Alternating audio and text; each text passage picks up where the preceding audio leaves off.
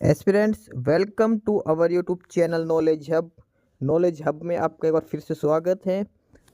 Students, knowledge hub की इस class में हम करेंगे हरियाणा सीईटी के लिए मॉक टेस्ट। ये जो मॉक टेस्ट की सीरीज हमने चला रखी है हरियाणा पुलिस के लिए, ग्रुप डी के लिए, सीईटी मेंस के लिए। देखो वैसे तो स्पेशल है हरियाणा पुलिस के लिए, ध्यान रखना, लेकिन सीईटी मेंस और ग्रुप डी में भी लगभग सेम है। तो ये प्रैक्टिस सेट नंबर 13 हम करने वाले हैं हरियाणा पुलिस के लिए। अगर आप ग्रुप डी की तैयारी करें तो भी लगभग 80 से 90% सेम रहने वाले हैं दोनों में। थोड़ा बहुत एक आधा क्वेश्चन का अंतर है, लगभग सिलेबस सेम है दोनों का, हरियाणा पुलिस का हो चाहे ग्रुप डी का या फिर सीईटी मेंस का। 100% इस प्रैक्टिस सेट के अंदर करेंगे और सभी पर्सन का हम डिटेल में सॉल्यूशन करेंगे 1 बाय 1 करके। सभी का आपको रिटर्न सॉल्यूशन लगभग प्रोवाइड करवाया जाएगा। इस क्लास की पीडीएफ के लिए आप हमारा टेलीग्राम चैनल ज्वाइन करें। टेलीग्राम चैनल है नॉलेज हब 7900 करके। नीचे डिस्क्रिप्शन बॉक्स में इसका लिंक दिया गया है टेलीग्राम चैनल का। इसके अलावा जो भी नई भर्तियां होने वाली हैं, जो भी नए पेपर होने वाले हैं, उन सभी की जानकारी आप एक हमारा दूसरा यूट्यूब चैनल है उससे प्राप्त कर सकते हैं, और वो है साहिल अपडेट्स के नाम से। उसका भी लिंक नीचे डिस्क्रिप्शन बॉक्स में दिया गया है। तो पीडीएफ के लिए आप हमारा टेलीग्राम चैनल ज्वाइन करें, नॉलेज हब 7900 करके, लिंक डिस्क्रिप्शन बॉक्स में है।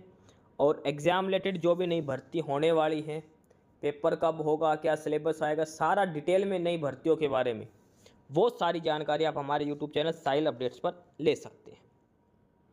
तो चलिए प्रैक्टिस सेट नंबर 13 आज की क्लास में हम शुरू करते हैं। 100% करेंगे, सभी का डिटेल में सॉल्यूशन करेंगे 1 बाय 1 करके। तो आज की क्लास का सबसे पहला प्रश्न है, इसमें दिया है कि 1864 में जींद राज्य के शासक के विरुद्ध किसने विद्रोह का नेतृत्व किया था। जींद रियासत जो थी, जींद रियासत के शासक के विरुद्ध एक विद्रोह हुआ था 1864 में, तो वो विद्रोह किसने करा था। इसमें यह नहीं पूछा कि जींद का राज्य कौन था, इसने पूछा जींद रियासत के अगेंस्ट कौन था, विद्रोह करने वाला था कौन 1864 में। हाकिम कासिम अली, नाहर सिंह, सूरजमल या फिर गोकुल सिंह। देखो चरखी दादरी इलाके का उदय 1864, जो 1864 में जींद रियासत में जो विद्रोह हुआ था उससे हुआ था, चरखी दादरी इलाके का उदय हुआ था। जींद रियासत का राजा था राजा स्वरूप सिंह, और इसकी मृत्यु हुई थी 1864 में। इसके बाद गद्दी संभाली थी इसके बेटे रघुवीर सिंह ने। जींद रियासत का राजा रघुवीर सिंह बना, उस समय विद्रोह हुआ था जींद के अंदर 1864 के अंदर। रघुवीर सिंह को दादरी के नए नए इलाके में लोगों के बड़े विद्रोह का सामना करना पड़ा। मई 1864 में, ये देखो यहाँ पर, मई 1864 में हकीम कासिम अली की लीडरशिप में इलाके के लगभग 50 गांव के शोषित लोग एक साथ उठे, पुलिस स्टेशन पर कब्जा किया, थानेदार को गिरफ्तार कर लिया और राजा के राज के खत्म होने का ऐलान कर दिया। मई 1864 में 50 गांवों के लोग, और नेतृत्व कौन करा था, हकीम कासिम अली। पुलिस स्टेशन पर कब्जा कर लिया, थानेदार को गिरफ्तार कर लिया और कह दिया कि राजा का राज खत्म हो गया है। ठीक है, ये है। इन्होंने पहला हमला चरखी दादरी 14 मई को करा था। लगभग 2000 लोग इकट्ठा हो गए थे, लेकिन बाद में ये हार भी गए थे। तो यही पूछा गया जो 1864 का जींद रियासत में विद्रोह हुआ था, तो इसका नेतृत्व किसने करा था, हकीम कासिम अली ने। राजा कौन था जींद रियासत का, रघुवीर सिंह। राजा स्वरूप सिंह का बेटा रघुवीर सिंह ये उस समय रियासत का नया नया राजा बना था। तो पहले प्रश्न का क्या आंसर हो जाएगा, ऑप्शन ए, हकीम कासिम अली। दूसरा प्रश्न है कि हरियाणा में वहाबी आंदोलन के नेता कौन से नहीं थे। ये जो वहाबी आंदोलन के नेता हैं, तो इसमें से कौन सा एक हरियाणा से नहीं था, कौन सा है जो वहाबी आंदोलन से संबंधित नहीं था। हरियाणा में वहाबी आंदोलन के नेता के रूप में विलायत अली खान का नाम नहीं लिया जाता, क्योंकि विलायत अली खान पटना बिहार से वहाबी आंदोलन से जुड़े थे। विलायत अली खान ये हरियाणा से नहीं, ये पटना से जुड़े हुए थे। अब हरियाणा से कौन कौन से थे उनके भी नाम ध्यान रखना। हरियाणा से एक था मौलवी मोहम्मद कासिम, एक था हुसैन और मोहम्मद जफ़र, ये थानेसर से था। मोहम्मद पीरू खान, ये थानेसर उत्तर पश्चिम क्षेत्र के प्रभारी। और मोहम्मद शफ़ी, ये अम्बाड़ा से था। ठीक है, ये हरियाणा से थे। और एक सबसे इम्पोर्टेंट पॉइंट है कि वहाबी आंदोलन के अखिल भारतीय नेता थे सैयद अहमद बरेलवी। ये नाम ध्यान रखना है, सैयद अहमद बरेलवी। ऑल इंडिया का जिन्होंने नेतृत्व किया था वहाबी आंदोलन का पूरे भारत में, सैयद अहमद बरेलवी, ये ध्यान रखना, बरेलवी। और हरियाणा में 4 थे, मोहम्मद कासिम, हुसैन और मोहम्मद जफ़र, मोहम्मद पीरू खान और शफ़ी। विलायत खान जो है ये पटना से था, विलायत अली खान। तो इसका आंसर हो जाएगा ऑप्शन ए, विलायत अली खान। अगला प्रश्न है, आर्य समाज के विस्तार में किसने अपने भजनों के माध्यम से महत्वपूर्ण भूमिका निभाई? आर्य समाज की बात हो रही है, ये देखो ये। तो इसका स्वामी श्रद्धानंद उत्तर मत कर देना, ये आर्य समाज से संबंधित नहीं थे। तो यहाँ देखो पंडित बस्तीराम, यानी कि दादा बस्तीराम भी कहते हैं, हरियाणा में भजन गाकर आर्य समाज का प्रचार करते थे। वे मूर्ति पूजा और कुरीतियों के प्रबल विरोधी थे और आजीवन आर्य समाज के सिद्धांतों का प्रसार करते हुए उन्होंने सत्य की पताका फहराई थी। पंडित बस्तीराम ये आर्य समाज का प्रसार करते थे भजन गाकर। वे अपने भजनों के माध्यम से जनता को वेदों का ज्ञान और स्वामी दयानंद सरस्वती के विचारों से अवगत कराते थे। 116 साल की इनकी उम्र थी और 1958 में इन्होंने अंतिम सांस ली। 26 अगस्त 1958 को इनकी मृत्यु हुई थी। ठीक है, कौन है? पंडित बस्तीराम। तो प्रश्न नंबर 3 का ऑप्शन ए आंसर हो जाएगा, पंडित बस्तीराम। प्रश्न नंबर 4 है कि हरियाणा का पहला आर्य समाज गुरुकुल कहाँ स्थापित किया गया था? आर्य समाज गुरुकुल पहला कहाँ स्थापित किया गया था? हरियाणा का पहला आर्य समाज गुरुकुल झज्जर में स्थापित किया गया था। यह प्रसिद्ध गुरुकुल झज्जर के नाम से जानते हैं। इस गुरुकुल की स्थापना स्वामी श्रद्धानंद की प्रेरणा से महात्मा मुंशीराम ने करी थी। देखो झज्जर गुरुकुल जो है आर्य समाज का, इसकी स्थापना करी थी महात्मा मुंशीराम ने। किसकी प्रेरणा से? स्वामी श्रद्धानंद की प्रेरणा से। झज्जर के अंदर पहला गुरुकुल खोला गया था, आर्य समाज का गुरुकुल। तो प्रश्न नंबर 4 का ऑप्शन ए उत्तर हो जाएगा, झज्जर। प्रश्न नंबर 5 है, मुकदमा ए शेर और शायरी किसने लिखी? मुकदमा और शेर और शायरी, तो ये लिखी थी ख्वाजा अल्ताफ हुसैन हाली ने।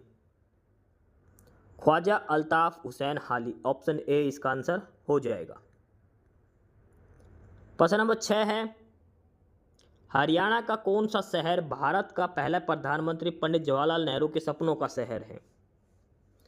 हरियाणा का कौन सा शहर भारत के जो पहले प्रधानमंत्री जवाहरलाल नेहरू उनके सपनों का शहर है? ड्रीम सिटी जवाहरलाल नेहरू का, और वो था चंडीगढ़। ली कार्बूजियर ने बसाया था, फ्रांसीसी है ये। ठीक है, इन्हीं की बदौलत से बसाया गया था। एक प्लान्ड सिटी था, अच्छे से प्री प्लान्ड सिटी है ये। नेहरू के सपनों का शहर था। हाई कोर्ट वहाँ पर है, सेक्रेटेरिएट वहाँ पर है, रोज गार्डन है, रॉक गार्डन है, सुखना लेक है, सारी चीज़ें चंडीगढ़ के अंदर है। जवाहरलाल नेहरू के सपनों का शहर किसे कहा गया है? चंडीगढ़ को कहा गया है। चंडीगढ़ हरियाणा और पंजाब की दोनों की राजधानी है ये, और एक केंद्र शासित प्रदेश है। तो प्रश्न नंबर 6 का ऑप्शन ए उत्तर हो जाएगा, चंडीगढ़। प्रश्न नंबर 7 है कि किस वर्ष में पानीपत की नगर पालिका का पद बढ़ाकर नगर निगम बना दिया गया? पानीपत को पहले नगर पालिका थी, अब इसको नगर निगम बना दिया था। कब बनाया था पानीपत को नगर निगम, कब बनाया था? पानीपत नगर पालिका को मार्च 2010 में नगर निगम के रूप में उन्नत किया गया था। पानीपत नगर निगम का गठन हुआ था 17 मार्च 2010 को। पहले नगर पालिका थी, इसके बाद 17 मार्च 2010 को इसको नगर निगम बना दिया था। नगर परिषद थी उससे पहले भी, नगर पालिका से पहले थी नगर परिषद, और ये थी 1987 से लेकर 2012 तक। 2012 तक नगर परिषद रही है ये। ठीक है, 1994 में नगर परिषद के रूप में वर्गीकृत किया गया था इसको। नगर निगम बनने के बाद पहली बार मेयर के चुनाव 2013 के अंदर हुए थे। तो मुख्य रूप से जो गठन किया गया था ऑफिशियली वो था 17 मार्च 2010 को। देखो नगर निगम की भूमिका 2012 तक थी, हालांकि फिर भी नगर परिषद की, लेकिन इसको 17 मार्च 2010 को घोषणा के द्वारा इसको नगर निगम बना दिया गया था पानीपत को। तो आपको डेट ध्यान रखनी है 17 मार्च 2010। तो ऑप्शन सी उत्तर हो जाएगा 2010। प्रश्न नंबर 8 है कि हरियाणा का कौन सा स्थान प्रवेश वाला गेटवे सिटी ऑफ हरियाणा किसे कहते हैं? गेटवे सिटी ऑफ हरियाणा, और ये कहा जाता है बहादुरगढ़ को। Gateway city of Haryana Bahadurgarh को। ध्यान रखना एक चीज़ और, कई बच्चे गलती, बहादुरगढ़ एक जिला नहीं है। बहादुरगढ़ किसके अंदर आता है? झज्जर डिस्ट्रिक्ट के अंदर आता है। दिल्ली से हरियाणा में प्रवेश करते समय सबसे पहले बहादुरगढ़ आता है, इसलिए बहादुरगढ़ को हरियाणा का प्रवेश द्वार कहा जाता है। ऑप्शन ए उत्तर हो जाएगा इसका बहादुरगढ़, प्रश्न नंबर 8 का। प्रश्न नंबर 9 है कि हरियाणा में जाट अक्सर कौन से रंग की पृष्ठभूमि पर सफेद त्रिकोण वाली दरिया बनाने के लिए जाने जाते हैं? भाई कौन सा बैकग्राउंड होता है, किस रंग की एक दरी होती है, उसके ऊपर सफेद त्रिकोण की दरी बनाई जाती है ऐसे। तो जो बैकग्राउंड कलर है किस कलर का होता है, जो कपड़ा होता है वो किस रंग का कपड़ा होता है, उसके ऊपर सफेद रंग के ट्रायंगल के शेप में दरिया बनाई जाती है। लाल, नीला, हरा या पीला? तो ये होता है नीले रंग का। ऑप्शन सी उत्तर हो जाएगा नीला रंग। प्रश्न नंबर 10 है रसमंगल तीर्थ कहां पर है? रसमंगल तीर्थ किस जिले के अंदर है? तो ये देखो रसमंगल तीर्थ हरियाणा के कैथल जिले में एक प्राचीन और ऐतिहासिक स्थल है। कहां पर है? कैथल जिले के अंदर। यह कैथल से लगभग 19 किलोमीटर की दूरी पर जाखोली और सोंगल गांव के बीच में है। देखो डिस्ट्रिक्ट कैथल है, लेकिन डिस्ट्रिक्ट से 19 किलोमीटर दूर है ये जाखोली और सोंगल गांव के बीच में। यह स्थल 48 कोस कुरुक्षेत्र भूमि के अंतर्गत आता है और इसका सीधा संबंध महाभारत काल से है, रसमंगल तीर्थ का। अब इसकी मान्यता क्या क्या है? तो पौराणिक महत्व है कि मान्यता है कि सतयुग में ब्रह्मा ने यहाँ यज्ञ किया था जिससे देवताओं ने सोम रस का पान किया था। यह जाखोली और सोंगल गांव की सीमा पर स्थित है। यहाँ पर एक पवित्र सरोवर है जिसके पश्चिम में अष्टकोण बुर्जीवाड़ा घाट बना हुआ है। ठीक है, इसके अलावा यहाँ पर मेला लगता है हर साल जेठ पूर्णिमा, कार्तिक पूर्णिमा, आश्विन अमावस्या और सोमवती अमावस्या पर श्रद्धालुओं की भीड़ उमड़ती है और मेला लगता है। रसमंगल तीर्थ जो कुरुक्षेत्र की 48 कोस की यात्रा होती है उसके अंदर है ये। डिस्ट्रिक्ट इसका पड़ता कैथल। ये चीज़ सारी ध्यान रखनी, मोस्ट इंपोर्टेंट। यहाँ पर मेला लगते हैं। रसमंगल तीर्थ कैथल जिला इसका नाम हो जाएगा। और जो महाभारत काल में जो कुरुक्षेत्र की 48 कोस की जो भूमि है उसके अंदर इसका संबंध है। तो प्रश्न नंबर 10 का ऑप्शन ए उत्तर हो जाएगा कैथल जिला। प्रश्न नंबर 11 है बल्लभगढ़ का किला किसने कब बनवाया था? देखो किसने बनाया था, कब बनाया था बल्लभगढ़ का किला? बल्लभगढ़ यानी कि फरीदाबाद का। बल्लभगढ़ का किला, इसको नाहर सिंह महल भी कहते हैं। इसको मुख्य रूप से 1739 में राजा नाहर सिंह के पूर्वज राव बलराम द्वारा बनाया गया था। बल्लभगढ़ का किला या फिर नाहर सिंह महल 1739 में राजा नाहर सिंह के पूर्वज राव बलराम ने बनाया था। यह ऐतिहासिक किला फरीदाबाद में है और इसका निर्माण 1850 तक रुक रुक कर चलता रहा। 1739 में बना दिया गया था, बाद में थोड़ा बहुत काम चलता रहा 1850 तक। किसने बनवाया था? राव बलराम ने 1739 में। बल्लभगढ़ फरीदाबाद के अंदर है। यह हरियाणा पर्यटन द्वारा प्रबंधित एक धरोहर मोटल शहर रेस्तरां के रूप में जाना जाता है। बल्लभगढ़ का किला 1739 फरीदाबाद के अंदर है। राव बलराम ने इसको बनवाया था। तो इसका क्या आंसर हो जाएगा? 1739। प्रश्न नंबर 12 देखो, काफी अच्छा प्रश्न है ये। पानीपत की तीसरी लड़ाई जो हुई थी 1761 में, तो मराठा तोपखाने का प्रभारी कौन था? पानीपत की तीसरी लड़ाई हुई थी मराठा और अहमद शाह अब्दाली की। तो मराठाओं की तरफ से जो तोप चलाने वाला था उसका नाम क्या था वो बताना हमें। पानीपत की तीसरी लड़ाई कब हुई थी? 14 जनवरी 1761 को। इसमें मराठा जो तोपखाने का प्रभारी था वो था इब्राहिम खान गारदी। इब्राहिम खान गारदी ये मराठाओं का जो तोप खाना है उसका प्रभारी था। तीसरी लड़ाई की बात हो रही है। इब्राहिम खान गारदी मराठा सेना के एक दक्षिण भारतीय मुस्लिम सेनापति थे जो फ्रांसीसी शैली की तोपखाने और पैदल सेना के विशेषज्ञ थे। तोप जो बनी हुई थी फ्रांसीसी शैली की बनी हुई थी तोप, उनको चलाते थे इब्राहिम खान गारदी। पानीपत के युद्ध में उन्होंने 10,000 सैनिकों की एक टुकड़ी का नेतृत्व किया था।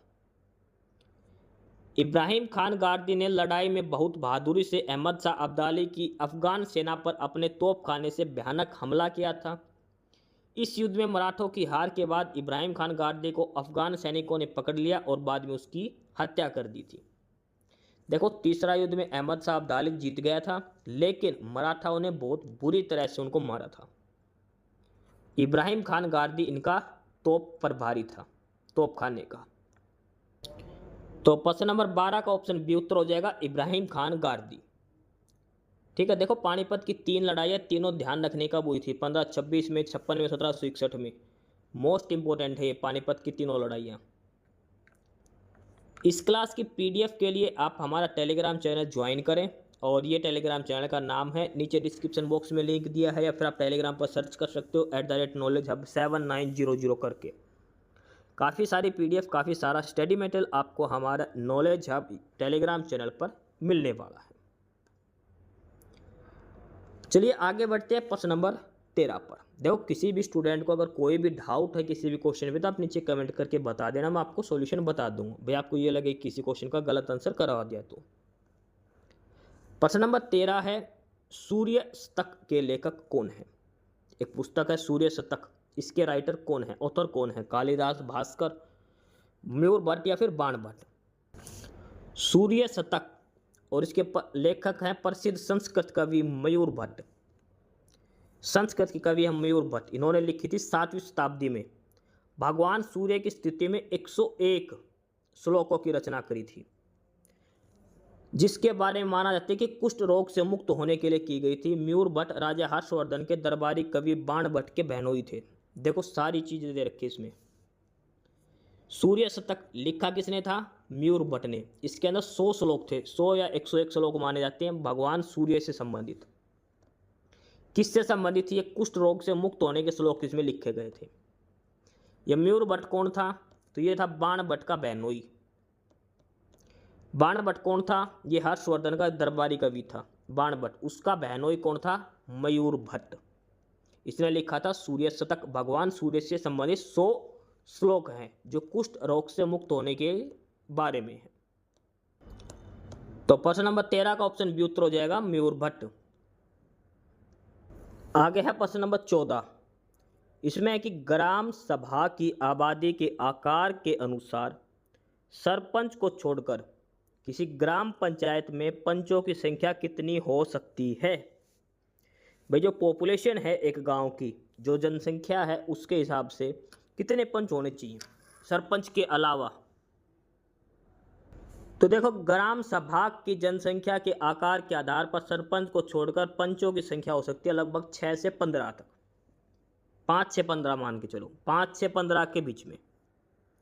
जैसे कम से कम होने चाहिए किसी भी गांव में लगभग 5 से लेकर 7 पंच मिलेंगे। जनसंख्या अगर 500 से लेकर 1000 की है, 5 से लेकर 7 पंच मिलेंगे।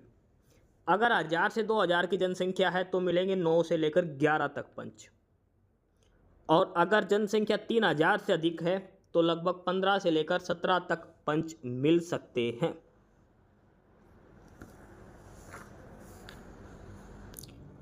तो प्रश्न नंबर 14 का ऑप्शन बी उत्तर हो जाएगा। 5 से 15 तक पंचों की संख्या हो सकती है। प्रश्न नंबर 15 दिया है कि सोहना कार रैली का आयोजन किस महीने में होता है? सोहना के अंदर जो कार रैली होती है, विंटेज कार की जो रैली होती है, वो किस महीने में होती है? जनवरी, फरवरी, मार्च, अप्रैल? सोहना कार रैली, जिसे विंटेज कार रैली के रूप में जाना जाता है, यह हर साल फरवरी के महीने में आयोजित की जाती है। यह दिल्ली और गुड़गांव के आसपास विंटेज और क्लासिक कारों का एक प्रमुख आयोजन है, जो पुरानी कारों के प्रेमियों के लिए एक मुख्य आकर्षण है। फरवरी के महीने में आयोजित किया जाता है। ठीक है, ये इसका डिटेल दे रखा है। फरवरी के महीने में फरवरी के बीच में लास्ट में दिल्ली से शुरू होकर सोहना हरियाणा तक। 1960 के दशक के पहले की विंटेज कार जैसे रोल्स रॉयस, बेंटले और ऑस्टिन दिखाए जाते हैं। यह आयोजन शीतकालीन मौसम में विशेष रूप से धूप वाले दिनों में आयोजित किया जाता है, जो पुराने वाहनों के प्रदर्शन और दौड़ के लिए आदर्श है। तो ये सारी डिटेल है, फरवरी महीने में आयोजित किया जाता है सोहना कार रैली को। तो प्रश्न नंबर 15 का ऑप्शन बी उत्तर हो जाएगा फरवरी महीना। अगला है प्रश्न नंबर 16, करनाल में कलंदर शाह का मकबरा किसने बनवाया था? By whom was the tomb of Kalandar Shah in Karnal built? Karnal के अंदर है कलंदर शाह का मकबरा, वो किसने बनवाया था? गयासुद्दीन ने, सिकंदर लोदी, फिरोज शाह तुगलक या फिर अलाउद्दीन खिलजी? तो देखो इसमें करनाल में स्थित प्रसिद्ध सूफी संत बू अली कलंदर शाह का मकबरा दिल्ली के सम्राट गयासुद्दीन द्वारा बनवाया गया था। सूफी संत था बू अली कलंदर शाह, दिल्ली के सम्राट गयासुद्दीन ने बनाया था। यह ऐतिहासिक स्थल शहर के बाहर है, करनाल से बाहर है, जो संगमरमर से निर्मित है और नक्काशीदार है। इस मकबरे के भीतर एक मस्जिद है, एक जलाशय है और एक फवारा भी स्थित है। दिल्ली का सम्राट गयासुद्दीन ने बनवाया था। ये सूफी संत बू अली कलंदर शाह की याद में बनवाया था गयासुद्दीन ने। सफ़ेद संगमरमर से बना है, ठीक है। इसमें है कि पानीपत के अंदर भी बू अली शाह कलंदर का दरगाह है, जिसे अलाउद्दीन खिलजी के बेटों द्वारा बनवाया गया था, लेकिन करनाल का मकबरा ये गयासुद्दीन ने बनवाया था। दोनों चीज़ अलग अलग है। करनाल के अंदर बनाया था गयासुद्दीन ने, और बू अली कलंदर शाह की दरगाह है, यह बनाई थी अलाउद्दीन खिलजी के बेटों ने, वो पानीपत के अंदर है। तो इसका आंसर क्या हो जाएगा? ऑप्शन ए गयासुद्दीन ने।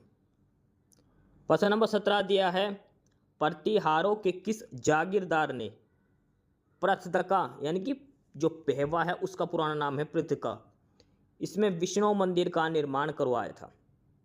प्रतिहारों का ऐसा कौन सा जागीरदार जिसने पेहवा में विष्णु मंदिर का निर्माण करवाया था? प्रतिहार राजा था महेंद्रपाल प्रथम और उसके सामंत, महेंद्रपाल प्रथम के सामंत तोमर वंश के गोगा और उसको सौतेले भाई पूरनराज और देवराज ने सरस्वती नदी के किनारे पृथुदक, यानी कि वर्तमान में पेहवा, वहां पर विष्णु मंदिरों का निर्माण करवाया था। प्रतिहार राजा था महेंद्रपाल प्रथम, उसका सामंत था कौन? तोमर वंश का गोगा, उसने बनवाए थे सरस्वती नदी के किनारे पेहवा के अंदर विष्णु मंदिर। सामंत किस वंश का था? तोमर वंश का, गोगा नाम था, पेहवा के अंदर इसने बनवाया था। 9वीं शताब्दी का जो शिलालेख है उसमें ये लिखा गया है। ये सामंत कन्नौज के गुजर प्रतिहार राजा महेंद्रपाल प्रथम के अधीन थे। तो ऑप्शन सी इसका आंसर हो जाएगा, गोगा ने बनवाया था। प्रश्न नंबर 18 है, ये एक पुस्तक है the other side of silence, voices from the partition of India. The other side of silence, voices from the partition of India, ये पुस्तक किसने लिखी है? इसका author कौन है? भारत के विभाजन से संबंधित पुस्तक है the other side of silence, voices from the partition of India. इसकी लेखिका है उर्वशी बुटालिया। उर्वशी बुटालिया भारत के विभाजन से संबंधित है। यह पुस्तक विभाजन के दौरान महिलाओं, बच्चों और दलितों जैसे उन लोगों की मौन आवाज़ और अनुभवों को सामने लाती है जिन्हें मुख्य धारा के इतिहास में अक्सर छोड़ दिया जाता है। 1947 के विभाजन में मानवीय पहलू, हिंसा, विस्थापन और व्यक्तिगत दर्द का एक महत्वपूर्ण दस्तावेज है। पुस्तक का नाम ध्यान रखना, the other side of silence, voices from the partition of India, Bharat के विभाजन से संबंधित है। उर्वशी बुटालिया इसके राइटर है, लेखिका है। तो प्रश्न नंबर 18 का ऑप्शन बी उत्तर हो जाएगा, उर्वशी बुटालिया ने लिखी थी। अगला प्रश्न है कि हेमू और अकबर के बीच पानीपत का कौन सा युद्ध हुआ था? देखो पानीपत की 3 लड़ाई हुई थी। पहली हुई थी 1526, दूसरी हुई थी 1556, तीसरी हुई थी 1761। तीसरी हुई थी तो मराठा और अहमद शाह अब्दाली के बीच में थी। हेमू और अकबर के बीच में कौन सी हुई थी? तो ये हुई थी दूसरी पानीपत की लड़ाई। 5 नवंबर 1556 को पानीपत का जो दूसरा युद्ध हुआ था, अकबर की तरफ से कौन था? उसका सेनापति बैरम खान ने युद्ध लड़ा था। बैरम खान इसमें जीत गया था, हेमचंद्र हार गया था। हेमचंद्र विक्रमादित्य, हेमू बोलते हैं जिसको। 5 नवंबर 1556 जो पानीपत की दूसरी लड़ाई हुई थी वो है। ऑप्शन बी इसका आंसर हो जाएगा प्रश्न नंबर 19 का। देखो तीनों लड़ाई दे रखी है, पहली हुई थी 1526 में, दूसरी 1556, तीसरी 1761 के अंदर हुई थी। तो इस प्रश्न का क्या उत्तर होगा हेमू और अकबर के बीच, तो ये हुई थी 5 नवंबर 1556। ऑप्शन बी उत्तर हो जाएगा इसका। प्रश्न नंबर 20 है कि नारनौल में सतनामी विद्रोह किसके शासनकाल में हुआ था। सतनामी जो विद्रोह हुआ था नारनौल में वो किसके शासनकाल में हुआ था। नारनौल में ऐतिहासिक सतनामी विद्रोह ये हुआ था मार्च 1672 में। मार्च 1672 में औरंगजेब के शासनकाल में हुआ था। नारनौल महेंद्रगढ़ के अंदर वहां पर नारनौल में सतनामी संप्रदाय के अनुयायी और मुगल सैनिकों के बीच एक जमीनी विवाद और अत्याचार के खिलाफ शुरू हुआ था। सतनामी विद्रोह 1672 में औरंगजेब का शासन था। सतनामी विद्रोह का नेतृत्व किया था वीरभान जी ने। वीरभान ने इसका नेतृत्व किया था। मुगल सैनिक द्वारा एक सतनामी किसान की हत्या के बाद गुस्साए सतनामियों ने विद्रोह कर दिया था। इसके बाद है कि लगभग 20,000 सतनामी नारनौल में जमा हुए और मुगल फौज का कारतल खान को वहां से भागना पड़ा। औरंगजेब की सेना ने इस विद्रोह को बेरहमी से कुचल दिया था। ठीक है, औरंगजेब के शासनकाल की बात है 1672 में नारनौल के अंदर हुआ था सतनामी विद्रोह। सतनामी और मुगल सैनिकों के बीच में हुआ था। तो प्रश्न नंबर 20 का उत्तर हो जाएगा ऑप्शन डी औरंगजेब। कब हुआ था 1672 में। डेट भी याद रखना, मार्च 1672 के अंदर ये हुआ था सतनामी विद्रोह। प्रश्न नंबर 21 मोस्ट इंपोर्टेंट प्रश्न है, ये पेपर में आएगा। मोस्ट इंपोर्टेंट प्रश्न लगाना सूरजकुंड मेला का। सूरजकुंड मेला 2026 की थीम क्या थी। थीम क्या है जो सूरजकुंड का मेला हुआ 2026 में, इसमें थीम क्या रखी गई थी। देखो 2026 में जो सूरजकुंड का मेला लगा है ना, ये कौन से नंबर का था, 39वें नंबर का था, 39th नंबर का। और हर साल कहाँ लगता है ये, फरीदाबाद के अंदर सूरजकुंड जो झील है वहां पर लगता है ये, फरीदाबाद के अंदर हर साल लगता है। अब की बार ये 39वें नंबर का था, 39th नंबर का था ये। 1987 से ये शुरू हुआ था, हर साल आयोजित किया जाता सूरजकुंड अंतर्राष्ट्रीय शिल्प मेला। उद्घाटन करा था भारत के उपराष्ट्रपति सीपी राधाकृष्णन ने और साथ में थे सीएम हरियाणा नायब सिंह सैनी। 2026 की थीम क्या थी, तो यह है लोकल टू ग्लोबल आत्मनिर्भर भारत, ये थीम रखी गई थी। 2026 सूरजकुंड मेले का थीम क्या था, लोकल टू ग्लोबल आत्मनिर्भर भारत। थीम स्टेट कौन से थे, थीम राज्य, तो वो था उत्तर प्रदेश और मेघालय, ये भी मोस्ट इंपोर्टेंट है। उत्तर प्रदेश और मेघालय इसके थीम स्टेट थे, थीम राज्य थे। और थीम क्या थी, लोकल टू ग्लोबल आत्मनिर्भर भारत, मोस्ट इंपोर्टेंट है ये। और थीम कंट्री की बात करें, साझेदार देश की बात करें, तो वो था इजिप्ट। मिस्र जो है वो साझेदार देश था। मोस्ट इंपोर्टेंट है, ये सारी बातें आपको ध्यान में रखनी है सूरजकुंड मेले के बारे में। उत्तर प्रदेश और मेघालय थीम स्टेट, इजिप्ट जो है मिस्र देश वो थीम कंट्री था। और इसकी थीम है लोकल टू ग्लोबल आत्मनिर्भर भारत। 39वां ये संस्करण था इसका। तो इसका आंसर हो जाएगा option D, local to global the identity of Atmanirbhar Bharat. Most important person है थीम स्टेट, थीम कंट्री, कब आयोजित हुआ था, कहाँ होता है, कौन से महीने में होता है, सारी जानकारी आपको समझा दी। सूरजकुंड मेले से पेपर में प्रश्न जरूर आएगा। 39वें नंबर का है ये। 1987 से हर साल ये मनाया जाता सूरजकुंड मेला।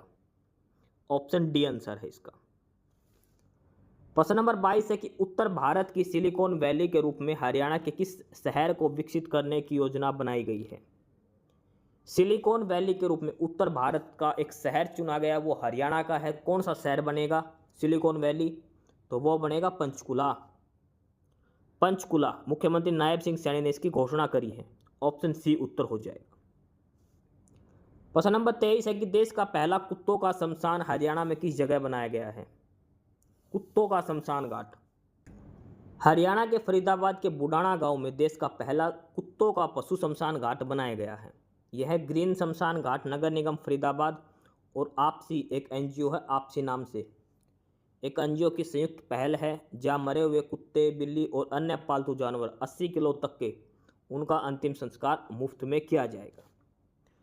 पशु शमशान घाट कुत्ता के लिए, और ये है फरीदाबाद के बुडाना गांव में। तो प्रश्न नंबर 23 का ऑप्शन सी उत्तर हो जाएगा फरीदाबाद। अगला प्रश्न है एशिया कप 2025 जो अब हुआ था क्रिकेट का, उसमें भारत जीता था पाकिस्तान को हराकर। इसमें प्लेयर ऑफ द टूर्नामेंट किसे दिया गया था एशिया कप 2025 में? तो यह मिला था अभिषेक शर्मा को। Player of the tournament Abhishek Sharma, option C उत्तर हो जाएगा। प्रश्न नंबर 25 है कि भारत के अटॉर्नी जनरल कौन है? तो अटॉर्नी जनरल जो है भारत के वो है आर वेंकटरमनी। 2022 से लेकर 2027 तक इनका कार्यकाल है।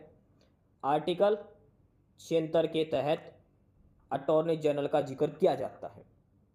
Attorney general of India R Venkataramani, option A उत्तर हो जाए क्वेश्चन नंबर 25 का। प्रश्न नंबर 26 है कि हाल ही में इनमें से किस भारतीय महिला क्रिकेटर ने वनडे का सबसे तेज शतक बनाया है? वनडे में सबसे तेज, और यह बनाया था स्मृति मंधाना ने, ऑस्ट्रेलिया के खिलाफ जो सीरीज हुई थी उसके अंदर। स्मृति मंधाना, ऑप्शन बी उत्तर हो जाएगा, भारतीय महिला क्रिकेटर जिसने सबसे तेज शतक बनाया है, ऑप्शन बी। इस क्लास की पीडीएफ के लिए ध्यान रखना, आपको पीडीएफ चाहिए और भी स्टडी मटेरियल की पीडीएफ चाहिए तो आप हमारा टेलीग्राम चैनल ज्वाइन कर लें, नॉलेज हब 7900 करके आप टेलीग्राम पर सर्च कर लो, या फिर डिस्क्रिप्शन बॉक्स में आपको लिंक दिया है, वहाँ से आप टेलीग्राम चैनल ज्वाइन करो। पीडीएफ मिलेगी इस क्लास के भी, और भी बहुत सारा स्टडी मटेरियल आपको वहाँ पर मिलेगा नॉलेज हब टेलीग्राम चैनल के ऊपर। काफ़ी सारी पीडीएफ वगैरह, काफ़ी सारा स्टडी मटेरियल वहाँ पर अवेलेबल है। आगे है क्वेश्चन नंबर 27, प्रश्न नंबर 27। भारत का 89वां शतरंज ग्रैंड मास्टर कौन बना है? 89th chess grand master 89th number का कौन है? तो ये देखो, अगस्त 2025 में 19 वर्षीय चेन्नई के शतरंज खिलाड़ी एस रोहित कृष्णा भारत के 89वें ग्रैंड मास्टर बने। उन्होंने कजाकिस्तान के अलमाटी में आयोजित कोनाएव कप में रोमानिया के आर्थर ड्वेटियान को हराकर उपलब्धि हासिल करी। तो कौन है ये 89वां 89th grand master? Rohit Krishna, S Rohit Krishna, Chennai से संबंधित है। देखो कौन कौन बने हैं ये देखो, 88 तो बनी थी दिव्या देशमुख, 89th है ये एस रोहित कृष्णा, 90वां है इलमपर्थी ए आर, और 91वां है राहुल वी एस। ये चारों ध्यान रखने हैं आपको, 88, 89, 90 और 91। 88 नंबर पर दिव्या देशमुख, 89 नंबर पर रोहित कृष्णा, 90 नंबर पर इलमपर्थी और 91 नंबर पर राहुल वी एस। तो प्रश्न नंबर 27 का ऑप्शन डी उत्तर हो जाएगा, एस रोहित कृष्णा।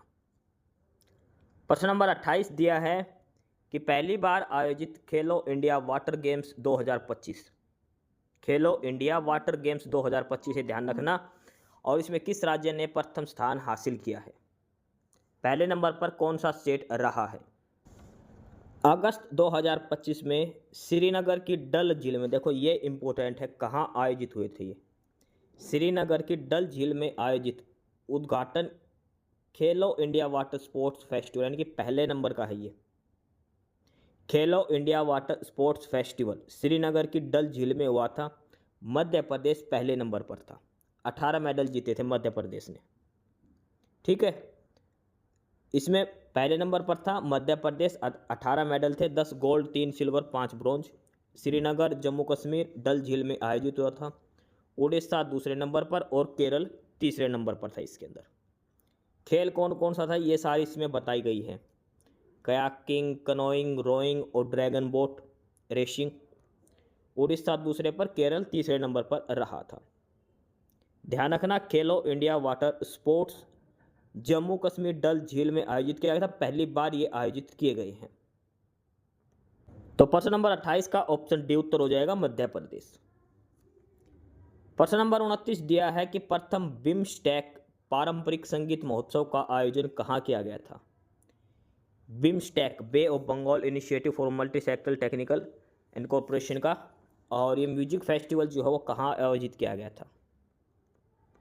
तो इसका आयोजन किया गया था भारत मंडपम, जो नई दिल्ली के अंदर है, 4 अगस्त 2025 को। आयोजित किसने करा था? भारतीय सांस्कृतिक संबंध परिषद। और इसकी थीम क्या थी? सप्त सुर, 7 राष्ट्र 1 राग। सप्त सुर, 7 राष्ट्र एक राग। उद्घाटन करा था भारत के विदेश मंत्री डॉक्टर एस जयशंकर ने। नई दिल्ली के अंदर इसका उद्घाटन हुआ था बिम्स्टेक ट्रेडिशनल म्यूजिक फेस्टिवल। तो प्रश्न नंबर 29 का ऑप्शन सी उत्तर हो जाएगा, नई दिल्ली में आयोजित हुआ था। प्रश्न नंबर 30 है, ग्लोबल एआई सिटी इंडेक्स 2025 में भारत का शीर्ष शहर कौन सा है? Global AI city index artificial intelligence से संबंधित, और इसमें है पहले नंबर पर बेंगलुरु। बेंगलोर कर्नाटक की राजधानी बेंगलोर, ऑप्शन ए उत्तर होगा। प्रश्न नंबर 31 दिया है, किसी रासायनिक अभिक्रिया के दौरान इनमें से क्या लागू होता है? Which of the following principle applies during a chemical reaction? Chemical reaction के दौरान कौन सा लॉ होता है? कंजर्वेशन ऑफ एनर्जी होती है, conservation of mass, conservation of momentum या कंजर्वेशन ऑफ वेलोसिटी? देखो, केमिकल रिएक्शन से वेलोसिटी का तो कोई लेना देना नहीं, ना वेलोसिटी फर्क पड़ता ना मोमेंटम पे। चेंज होती है एनर्जी का और मास का। लेकिन मेन जो है इसमें किसका जो कौन सा प्रिंसिपल अप्लाई होता है केमिकल रिएक्शन के, तो वो होता है conservation of mass, law of conservation of mass. Option B answer होगा इसका। ऑप्शन बी इसका आंसर होगा क्वेश्चन नंबर 31 का। क्वेश्चन नंबर 32 है, लिटमस का रंग कैसा होता है? लिटमस, देखो लिटमस आपको सुना होगा, एसिड जो है, एसिड क्या करता है? रेड कलर में कन्वर्ट करता है, और बेस क्या है? ब्लू कलर के अंदर, सॉरी ग्रीन, हरे रंग के अंदर। ठीक है, अब इसका रंग होता है बैंगनी, पर्पल। ये ध्यान रखना, लिटमस सॉल्यूशन का लिटमस पेपर होता है, देखो अलग अलग। लिटमस पेपर जब आपने सुना होगा तो एसिड क्या करता है? नीले को लाल के अंदर बदलता है, और बेस क्या करता है? लाल को नीले के अंदर बदलता है। लेकिन लिटमस सॉल्यूशन का रंग कैसा होता है? तो वो होता है बैंगनी, पर्पल कलर का होता है। ऑप्शन सी आंसर रहेगा, ध्यान रखना, ऑप्शन सी। प्रश्न नंबर 33 दिया है कि पोटेशियम नाइट्रेट का उपयोग किसमें नहीं किया जाता? पोटेशियम नाइट्रेट का प्रयोग किसमें नहीं किया जाता? देखो, पोटेशियम नाइट्रेट से हम गन पाउडर बनाते हैं, पटाखे वगैरह बनाने में भी काम आता है। देखो, गन पाउडर उसमें बारूद का यूज होता है, पटाखा बनाते हैं उसमें भी हल्के रूप में बारूद, तो पोटेशियम नाइट्रेट वही काम करता है। उर्वरक के रूप में भी, खेतों में जो खाद वगैरह डालते हैं उर्वरक, उसके में भी। लेकिन मांस मछली का जो संरक्षण है उसमें इसका प्रयोग नहीं किया जाता, इसमें प्रयोग नहीं करते पोटेशियम नाइट्रेट का। तो इसने यही पूछा है कि इसमें से किसमें नहीं किया जाता, पोटेशियम नाइट्रेट का प्रयोग किसमें नहीं किया जाता? तो वो आएगा मांस मछली के संक्षारण में। ऑप्शन डी आंसर होगा क्वेश्चन नंबर 33 का। क्वेश्चन नंबर 34 दिया है कि हमारे घरों में विद्युत उपकरण किस क्रम में लगे होते हैं? In what arrangement are electrical appliances connected in our homes? जो हमारे घर में बिजली के सर्किट लगे होते हैं तो वो कौन से क्रम में है? सीरीज में है या फिर पैरेलल में है, ये बताना है। सीरीज में लगे होते हैं, पैरेलल में लगे होते हैं, फिर सीरीज और पैरेलल दोनों में, या फिर पंखे जो है वो सीरीज में, बल्ब जो है वो पैरेलल में। देखो, सीरीज में अगर हम कोई भी अप्लायंस लगाते हैं तो उसमें क्या है, उसका रेजिस्टेंस बढ़ जाता है, प्रतिरोध। रेजिस्टेंस बढ़ेगा तो करंट कम फ्लो करेगा। लेकिन जैसे ही हम पैरेलल में लगाते हैं तो पैरेलल में लगाने से रेजिस्टेंस कम होता है, इससे बिजली की सप्लाई वोल्टेज ज़्यादा आती है। तो हम घरों में जो भी लगाते हैं, फिटिंग जो करते हैं बिजली की, वो हमेशा पैरेलल में की जाती है, पैरेलल सर्किट में। ऑप्शन बी आंसर होगा क्वेश्चन नंबर 34 का, पैरेलल के अंदर किया जाता है। ऑप्शन बी आंसर होगा। प्रश्न नंबर 35 दिया है, 35 नंबर, स्टेथोस्कोप में ध्वनि के कौन से गुण का उपयोग होता है? स्टेथोस्कोप होते हैं जो डॉक्टर लगाते हैं, जिससे सुनते हैं हमारी हार्ट बीट वगैरह, कान में लगा के डॉक्टर लगाए रखते हैं, गले में जो लटकाए रखते हैं, वो स्टेथोस्कोप। उसके अंदर कौन से साउंड से हम सुनाई देता है, किस प्रॉपर्टी पर ये काम करता है? तो स्टेथोस्कोप काम करता है बहुल परावर्तन पर, मल्टीपल रिफ्लेक्शन पर काम करता है, साउंड का multiple reflection. Option D answer होगा क्वेश्चन नंबर 35 का। क्वेश्चन नंबर 36 है कि इनमें से किसे एक माध्यम की आवश्यकता होती है? कौन सी एक वेव है जो एक मीडियम चाहिए उसको ट्रैवल करने के लिए? Mechanical wave, electromagnetic wave, non mechanical wave या फिर लाइट वेव? तो इसमें देखो, mechanical wave requires a material medium, चाहे वो सॉलिड हो, लिक्विड हो, गैस, कोई भी एक मीडियम हो, लेकिन मैकेनिकल वेव को एक मीडियम चाहिए for their propagation. These waves travel by causing the particle of the medium to vibrate or oscillate, transferring energy from one location to another। भाई जो मैकेनिकल वेव है उसको पार्टिकल्स की आवश्यकता होती है अपना ट्रैवल करने के लिए, तो कोई ना कोई मीडियम चाहिए, सॉलिड के पार्टिकल हो, लिक्विड के या फिर गैस के। ठीक है, मैकेनिकल वेव में कौन कौन सी वेव आती है? जैसे साउंड वेव, साउंड वेव हो गई, सिस्मिक वेव होगी, जो भूकंप की तरंगे होती है ना, वो सिस्मिक वेव्स, या फिर वाटर वेव्स। ये सारी की सारी मैकेनिकल वेव्स के एग्जाम्पल हैं। तो कौन सी वेव्स हैं जिनको कोई मीडियम चाहिए, तो वो है मैकेनिकल वेव्स। अगर मैकेनिकल ऑप्शन में नहीं है तो ये तीनों में से कोई एक मिल सकता है आपको, साउंड वेव, सिस्मिक वेव या फिर वाटर वेव। ये तीनों मैकेनिकल वेव के एग्जाम्पल हैं। तो इसमें कौन सी वेव्स आ जाएंगी? तो वो हो जाएगी मैकेनिकल वेव, यांत्रिक तरंगे। ऑप्शन ए उत्तर हो जाएगा इसका, क्वेश्चन नंबर 36 का। क्वेश्चन नंबर 37 है कि एक ग्लूकोज अणु में कितने कार्बन परमाणु उपस्थित होते हैं? How many carbon atoms are present in a single glucose molecule? तो ग्लूकोज का आपको फार्मूला ध्यान रखना है, क्या होता है? C6H12O6।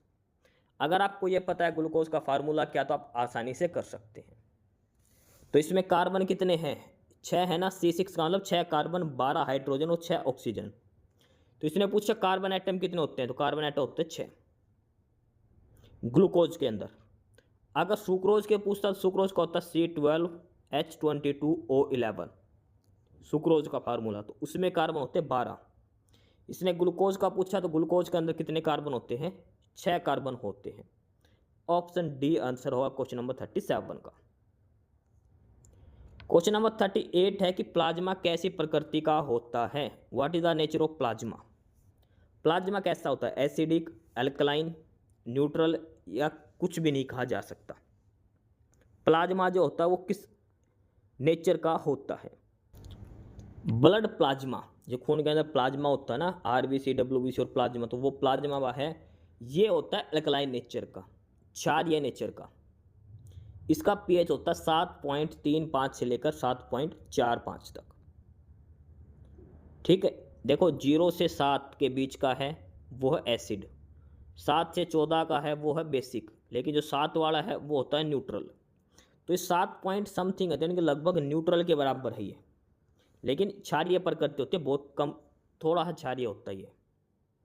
हल्के पीले रंग का तरल पदार्थ है जो शरीर के पोषक तत्वों, एंटीबॉडी और अपशिष्ट पदार्थों का परिवहन करता है।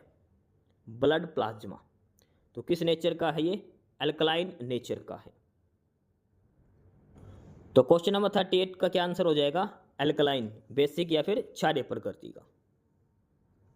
क्वेश्चन नंबर 39 है कि निम्नलिखित में कौन सा रासायनिक संदेश वाहक के रूप में जानते हैं? Which of the following is known as a chemical messenger? देखो शरीर के अंदर जो केमिकल मैसेंजर का रूप में काम करता है तो वो काम करते हैं हार्मोन्स। हार्मोन्स जो है वो हमारे एज ए केमिकल मैसेंजर काम करते हैं हमारे शरीर के अंदर। ऑप्शन सी आंसर होगा क्वेश्चन नंबर 39 का। क्वेश्चन नंबर 40 दिया है कि थाइमोसिन किसके लिए रिस्पॉन्सिबल है? Thymosin is responsible for increasing blood sugar, increasing blood calcium level, the increase production of T lymphocytes या फिर डिक्रीज आरबीसी। तो थाइमोसिन जो होता है ये होता है टी साइड की जो लिम्फोसाइट होती हैं डब्ल्यूबीसी के अंदर, टी सेल्स जो होती है, टी लिम्फोसाइट जो होती हैं, उनके इंक्रीज्ड प्रोडक्शन के लिए रिस्पॉन्सिबल होता है थाइमोसिन। थाइमोसिन की मात्रा बढ़ती है तो टी लिम्फोसाइट की मात्रा बढ़ जाती है। ऑप्शन सी आंसर होगा क्वेश्चन नंबर 40 का। इस क्लास की पीडीएफ के लिए आप हमारा टेलीग्राम चैनल ज्वाइन करें। नॉलेज हब 7900 डिस्क्रिप्शन बॉक्स में लिंक दिया है। काफ़ी सारी पीडीएफ, काफ़ी सारा स्टडी मटेरियल आपको हमारा टेलीग्राम चैनल पर प्रोवाइड करवाया जाएगा। नॉलेज हब 7900 करके टेलीग्राम चैनल है, डिस्क्रिप्शन बॉक्स में उसका लिंक दिया गया है, जहाँ से आप सारी स्टडी मटेरियल की PDF ले सकते हैं। इसके बाद आ गया है क्वेश्चन नंबर 41, और यहाँ से जो क्वेश्चन स्टार्ट हो रहे हैं ये हैं सारे कंप्यूटर के क्वेश्चन। अब जो क्वेश्चन आएंगे वो सारे कंप्यूटर के क्वेश्चन हैं। तो पहला क्वेश्चन है कि पाइथन में एक टिप्पणी कैसे शुरू होती है। एक कमेंट स्टार्ट, जो पाइथन लैंग्वेज में उसमें जब भी हम कुछ स्टार्ट करते हैं, कोई भी कमांड देते हैं, तो कहाँ से शुरू करते हैं, तो वो करते हैं हम हैश से, यानी कि ऑप्शन ए आंसर होगा, हैश से। क्वेश्चन नंबर 42 है कि which printer are the best for printing multiple copies. एक साथ बहुत सारी कॉपी निकालनी हमें, तो किस प्रकार का प्रिंटर बेस्ट रहेगा, कौन सा प्रिंटर बेस्ट रहता है, तो इसमें लेजर प्रिंटर आंसर होगा और इम्पैक्ट लेजर भी, इम्पैक्ट और लेजर। तो करेक्ट आंसर वैसे आपको लगाना है ऑप्शन डी करके, लेजर। क्वेश्चन नंबर 43 है पीपीटी में दस्तावेज को आप विभिन्न प्रतिशत पर कैसे देखेंगे। भाई जो पीपीटी बनाते हैं हम, पावर पॉइंट बनाते हैं जो, उसमें जो भी डॉक्यूमेंट्स हैं उसमें नीचे एक परसेंटेज होता है भाई, 100% पे नॉर्मल पेज दिखेगा, 100 से ज़्यादा करते ही जूम हो जाएगा, 100 से कम करते ही ये छोटे साइज का हो जाएगा। तो इसमें यही पूछा है कि जो हम परसेंटेज है उससे कहाँ पे मिलता है, तो वो हमें मिलता है जूम स्लाइडर का प्रयोग करके। जूम स्लाइडर का प्रयोग करके उस पर देखो नीचे लिखा होता है आपके राइट कॉर्नर में, स्क्रीन के ऊपर ऐसे इधर कोने में होता है, 100% पे रहेगी तो आपको नॉर्मल पेज दिखेगा, ज़्यादा होते पेज जूम हो जाएगा। ऑप्शन डी आंसर है। प्रश्न नंबर 44 है कि MS एक्सेल में एक रो और कॉलम जो जहाँ पर मिलते हैं उसको क्या बोलते हैं। एक्सेल शीट होती है ना, उसमें ऐसे जो खड़े खड़े खाने हैं वो रो होते हैं, सॉरी कॉलम, और ये ऐसे हैं, ये कॉलम रो होती है। तो रो और कॉलम जहाँ मिलेंगे तो वहाँ पर एक ऐसा चौकुटा खाना बन जाएगा, उसको बोलते हैं सेल। हम जो भी डाटा इनपुट करते हैं MS एक्सेल के अंदर, वो एक सेल के अंदर डाटा इनपुट किया जाता है हमेशा। ध्यान रखना, MS एक्सेल में डाटा हमेशा शेल के अंदर डाला जाता है। ऑप्शन सी आंसर रहेगा। क्वेश्चन नंबर 45 है लोकल एरिया नेटवर्क, यानी कि LAN जिसको बोलते हैं। लोकल एरिया नेटवर्क में कौन सा नेटवर्किंग उपकरण केंद्रीय भूमिका निभाता है। Which networking device place a central role in local area network. तो देखो, स्विच एक लोकल एरिया नेटवर्क में एक केंद्रीय भूमिका निभाता है, जो कंप्यूटर को प्रिंटर और सर्वर जैसे उपकरण के साथ जोड़ता है। तो मेन भूमिका कौन निभाता है, स्विच। लेकिन अलग अलग यूज है देखो सभी का। स्विच का क्या काम है, ये सारी डिवाइस जोड़ के रखता है कंप्यूटर के साथ, प्रिंटर वगैरह सारी डिवाइस जोड़ के रखेगा, मेन भूमिका इसकी है। राउटर का क्या काम है, ये है नेटवर्क के लिए, राउटर होता है इंटरनेट को कनेक्ट करने के लिए। आगे है हब। हब क्या है, ये सभी डिवाइसों में डाटा ब्रॉडकास्ट करता है।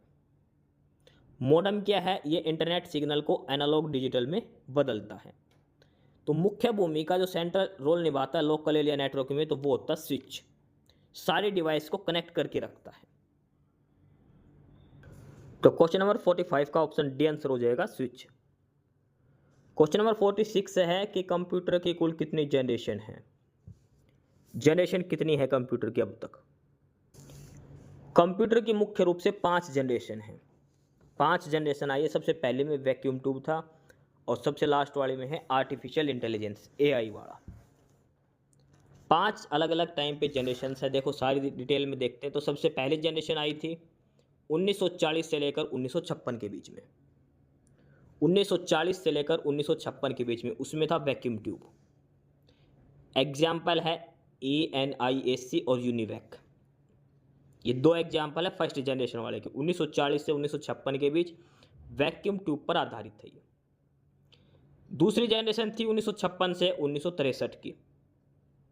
56 से 63 इसमें वैक्यूम ट्यूब की जगह आने लगे थे ट्रांजिस्टर। तीसरी जनरेशन है 1964 से लेकर 1971, इसमें आने लगे थे IC, इंटीग्रेटेड सर्किट। चौथी जनरेशन है, ये फिलहाल ये भी चल रही है, इसमें है माइक्रो प्रोसेसर VLSI तकनीक। 5वीं है, इसमें है आर्टिफिशियल इंटेलिजेंस और ULSI तकनीक। तो 5 अलग अलग जनरेशन है कंप्यूटर की और सभी में बता रखा किस जनरेशन में क्या प्रयोग होता था। Vacuum tube, transistor, IC, micro processor और आर्टिफिशियल इंटेलिजेंस। कुछ जगह पर एआई को अलग से बढ़ाते हुए 6ठी जनरेशन भी दिया गया है, लेकिन मुख्य रूप से 5 ही, आपको पेपर में 5 ही करके आना है। ठीक है, कंप्यूटर कितनी जनरेशन है? 5 जनरेशन है। ये सारी आपको डिटेल में ध्यान रखनी है। तो प्रश्न नंबर 46 का आंसर ऑप्शन डी हो जाएगा 5। प्रश्न नंबर 47 दिया है, खालिस्तान एक पुराने इंटरनेट उपयोगिता है जो आपको रिमोट कंप्यूटर सिस्टम पर लॉग ऑन करने की अनुमति देती है। Blank is an old internet utility that allows you to log on to a remote computer system. देखो पुराने इंटरनेट यूटिलिटी है तो वो है टेलनेट। क्या है? टेलनेट। ऑप्शन बी आंसर आएगा क्वेश्चन नंबर 47 का। 48 है कि डिस्क को धारण करने वाला उपकरण क्या है? जो जिसके अंदर हम डिस्क डालते हैं, डिस्क जो सीडी ड्राइव डालते हैं उसको बोलते हैं डिस्क ड्राइव। भैया हमने कंप्यूटर के अंदर जो सीपीयू होता है उसके अंदर सीडी वगैरह डालते हैं ना, डिस्क डालते हैं, उसको बोलते हैं disk drive. Option D answer होगा क्वेश्चन नंबर 48 का। 49 देखो मोस्ट इंपॉर्टेंट है कि जीमेल के अंदर जो मेल होती है उसको कितने कैटेगरी में बांटा जाता है। मेल जब कोई भी आता है उसको कितने कैटेगरी में बांटा जाता है जीमेल के अंदर? देखो Gmail organize mail into 5 main category. 5 category होती है। आप अगर जीमेल ओपन करोगे लैपटॉप कंप्यूटर के अंदर तो उसमें देखना, एक तो मिलेगा प्राइमरी का, आपके फ़ोन की जीमेल है वहाँ पे देखना प्राइमरी, इसमें मेन मेल्स मिलेंगी सारी। सोशल, इसमें फेसबुक वगैरह की सारी मेल्स मिलेंगी। प्रमोशन मिलेगा, अपडेट्स की मिलेगी और फॉर्म्स की मिलेगी। 5 अलग अलग कैटेगरी होती हैं। मेल 5 अलग अलग कैटेगरी में डिवाइड होती है जीमेल के अंदर। ठीक है, 5 अलग अलग कैटेगरी, सभी का नाम आप ध्यान रखना। तो क्वेश्चन नंबर 49 का आंसर हो जाएगा ऑप्शन ए, 5 प्रकार को विभाजित करती है। प्रश्न नंबर 50 कंप्यूटर का आखिरी प्रश्न है कि डाटाबेस डिजाइन में ईआर मॉडल में ईआर का क्या अर्थ होता है? एक डाटाबेस डिजाइन होता है उसके अंदर एक ईआर मॉडल होता है। ईआर का मतलब क्या है? तो ईआर का मतलब होता है entity relationship. Entity relationship. Option A answer होगा क्वेश्चन नंबर 50 का। ये 10% थे कंप्यूटर के। अब आगे आएंगे कुछ सवाल गणित के, फिर रीजनिंग के। तो प्रश्न नंबर 51 है, गणित का सवाल है पहला, 450 का 28% और 280 का 45% क्या होगा? जोड़ बताना दोनों का। देखो 450 का मतलब गुणा 28 बटे में 100। 1 जीरो से 1 जीरो कटेगी, 5 नीम 45, 5 दूनी 10, 2 से काटेंगे तो 14, 14 नीम है 126। अब इसका करो, देखो 280 का 45% है, फिर 450 का 28%, एक ही बात है। क्योंकि देखो 1 जीरो से 1 जीरो कटेगी, 28 गुणा 45, इधर भी 28 गुणा 45 था। 5 नीम 45, 5 दूनी 10, 2 से काटेंगे तो 14, ये भी 126 आएगा। 126 जमा 126 252। ऑप्शन बी उत्तर हो जाएगा। 126 जमा में 126 करें कितना आएगा? 252। ऑप्शन बी उत्तर हो जाएगा। सवाल नंबर 52 दिया है कि दो संख्याओं का जोड़ है वो 184 है। भाई एक संख्या x मान ली, दूसरी y, इनका जोड़ दे दिया 184। एक संख्या का 1/3, भाई कोई भी संख्या 1/3 मान लो, x का 1/3 यानी कि 1/3। दूसरी संख्या का 1/7, y का 1/7, इससे 8 अधिक है, यानी कि y/7 से 8 अधिक है। तो छोटी संख्या क्या होगी इनमें से वो बताना है। एक संख्या का 1/3 दूसरी संख्या के 1/7 से 8 अधिक है, ये इसमें दे रखा है, और x प्लस वाई दे रखा है 184। तो छोटी संख्या इनमें से कौन सी है वो हमने बतानी है। देखो हम ऐसे भी कर सकते, दोनों का जोड़ दे रखा है 184। भाई x प्लस वाई माना था हमने 184। अगर एक संख्या x है, मान लो x है, तो दूसरी क्या हो जाएगी? 184 माइनस x, दोनों का जोड़ 184 है।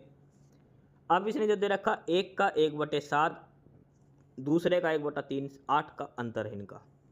एक संख्या का 1/3, दूसरी संख्या के 1/7 से 8 अधिक, यानी कि दोनों के बीच का कितने का अंतर है? 8 का।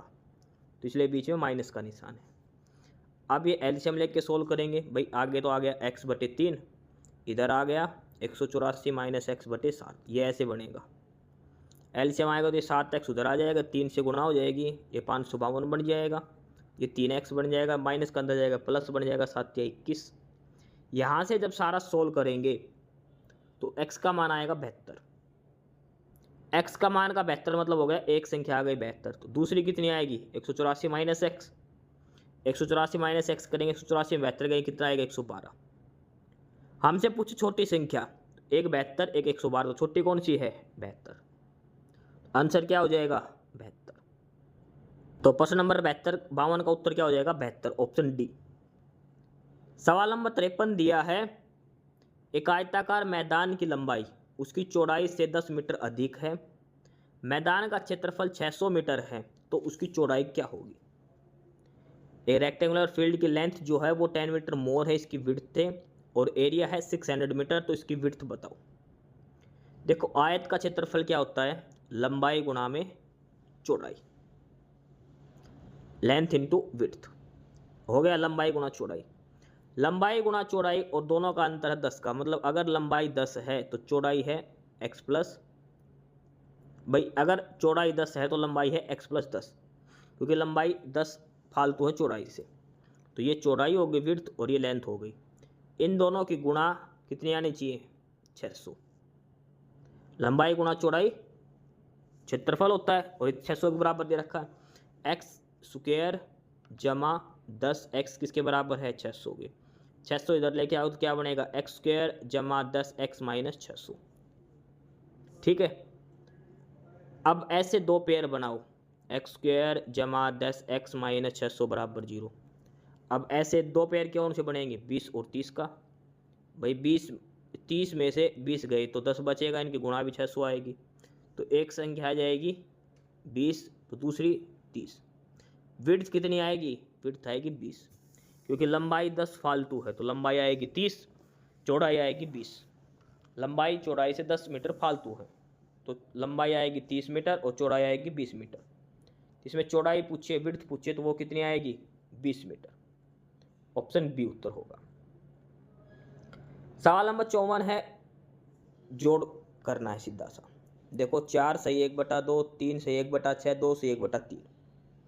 इसको पहले नॉर्मल जोड़ दो, 4 3 7 और 2 9, आगे आगे का 9 बन गया। अब ये जोड़ो 1/2, इसका 1/6, इसका 1/3, इसका एलसीएम कितना आएगा 6, 2 तिया 6, 6 कम 6, 3 दूनी 6, 3 और 4 और 2 6, 6/6 यानी कि 1।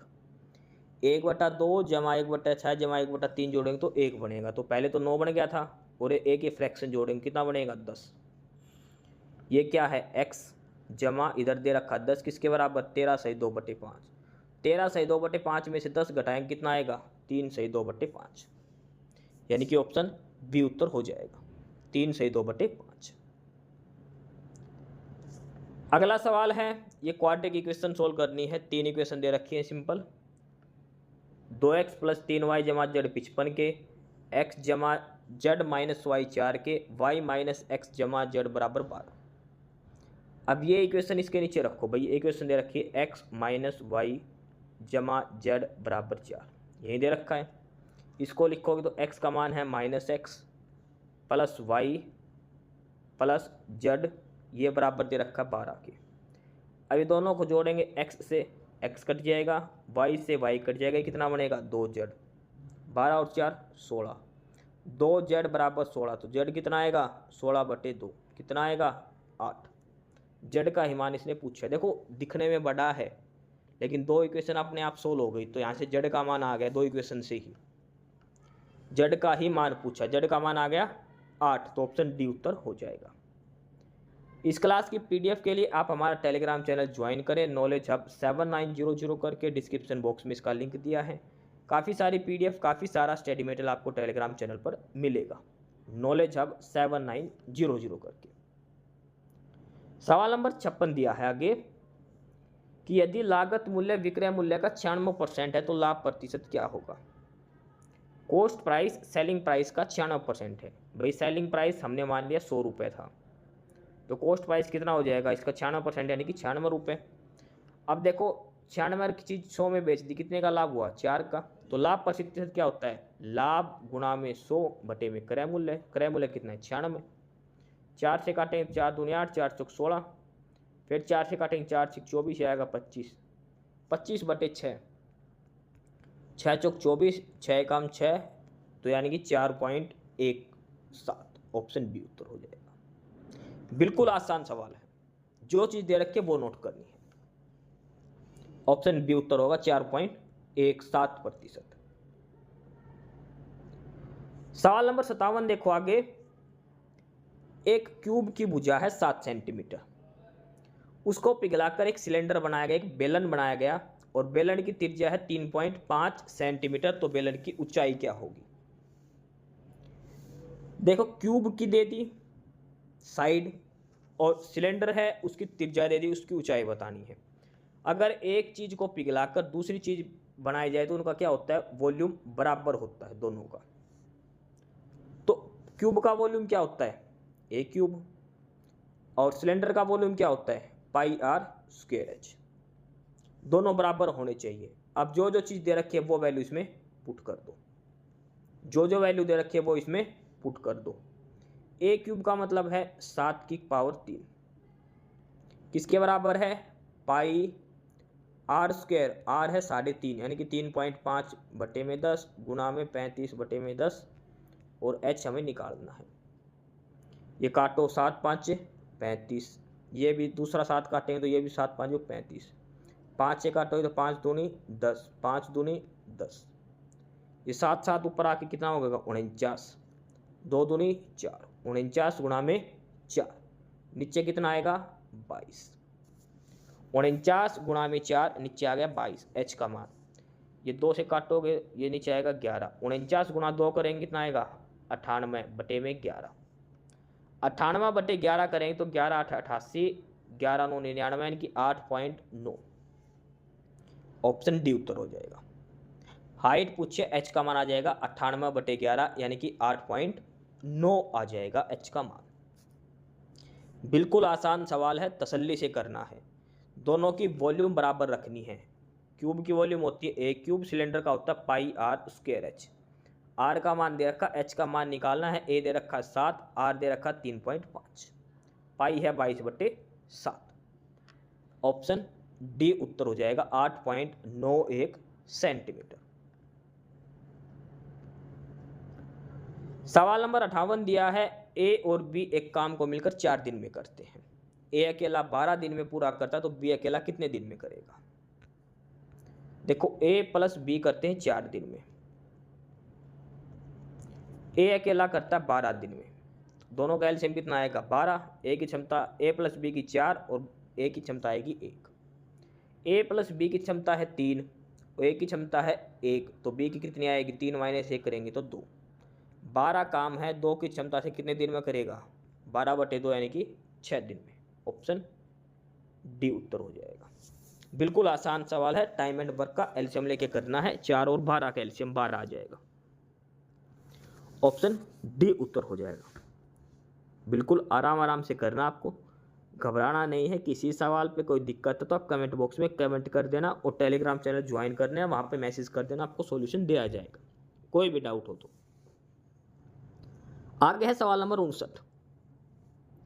एक साइकिल सवार 2 मिनट 30 सेकंड में 750 मीटर दूरी तय करता है, तो उसकी स्पीड किलोमीटर प्रति घंटा में क्या होगी? 2 मिनट 30 सेकंड का सेकंड में बना लो। 2 मिनट में कितनी सेकंड होगी? 120 प्लस 30 सेकंड और दे रखे, यानी कितनी सेकंड होगी? 150 सेकंड। अब हमें पता है मीटर पर सेकंड में दूरी निकाल लो पहले। मीटर है 750 मीटर, कितनी में? 150 में, तो कितना आएगा? 15 5 75, यानी कितनी स्पीड आ गई? 5 मीटर पर सेकंड आ गई साइकिल वाले की स्पीड। किलोमीटर प्रति आवर में बनाएंगे तो कितने इसके गुणा करेंगे? 18/5 से। देखो अगर किलोमीटर है उसको मीटर पर सेकंड में करना है तो 5/18, अगर मीटर पर सेकंड में है उसको किलोमीटर प्रति घंटा में करना है तो 18/5 से। तो 5 से 5 कट जाए, कितना उत्तर आएगा? 18 किलोमीटर प्रति घंटा, यानी कि ऑप्शन ए उत्तर हो जाएगा। 18 किलोमीटर प्रति घंटा ये साइकिल वाले की स्पीड है। ऑप्शन ए उत्तर हो जाएगा। सवाल नंबर 60 देखो, रेशियो बताना है। ए अनुपात बी है 5:9, बी अनुपात सी है 4:7, तो ए अनुपात बी अनुपात सी बताओ। अब देखो, इसमें ए अनुपात बी है 5:9 और बी अनुपात सी है 4:7। देखो, इधर बी की वैल्यू 9 है, इधर 4 है, बी की वैल्यू बराबर कर लो। तो 9 और 4 को, इसको 4 से गुणा कर दो, इसको 9 से। तो 4 से सारा गुणा है तो कितना होगा, 5 चौक 20, 9 चौक 36, 9 चौक 36, 9 7 63, यानी कि 20:36:63। ए अनुपात बी अनुपात सी, ऑप्शन डी उत्तर हो जाएगा इसका। सवाल नंबर 61 दिया है, पार्टनरशिप का सवाल है ये। ए बी और सी ने इतने इतने रुपए लगाए थे, 1,20,000, 1,35,000 और 1,50,000, अलग अलग तीनों ने। लाभ हुआ था टोटल 56,700 का। तो इनको किस अनुपात में लाभ मिला? अब एक चीज देखो, इसमें क्या लास्ट में पूछा, इसने अनुपात पूछा है, इनका लाभ का अनुपात क्या था। तो ये जो 56,700 रुपए, हमें इसका कोई महत्व नहीं है। क्यों नहीं है? इसने पैसे नहीं पूछे भाई कितने कितने रुपए मिले, इसने अनुपात पूछा है। तो जिस रेशियो में इन्होंने पैसे इन्वेस्ट करे हैं, उसी रेशियो में इनको प्रॉफिट मिलेगा। एक ने लगाए हैं 1,20,000, अनुपात बी ने लगाए हैं 1,35,000, अनुपात सी ने लगाए हैं 1,50,000। 3 जीरो से 3 जीरो कट गई सभी की। अब ये 15 से काट दो, 15 8 120, 15 9 135, 15 दाई 150। तो इनको लाभ किस अनुपात में मिलेगा? जिस अनुपात में पैसे लगाए हैं, 8:9:10, यानी कि ऑप्शन बी उत्तर हो जाएगा। अगर ये पैसे पूछता भाई ए को कितने मिले, बी को कितने, तब हम क्या करते, इसको यूज करते 56,700 को। इसने पैसे तो पूछे ही नहीं।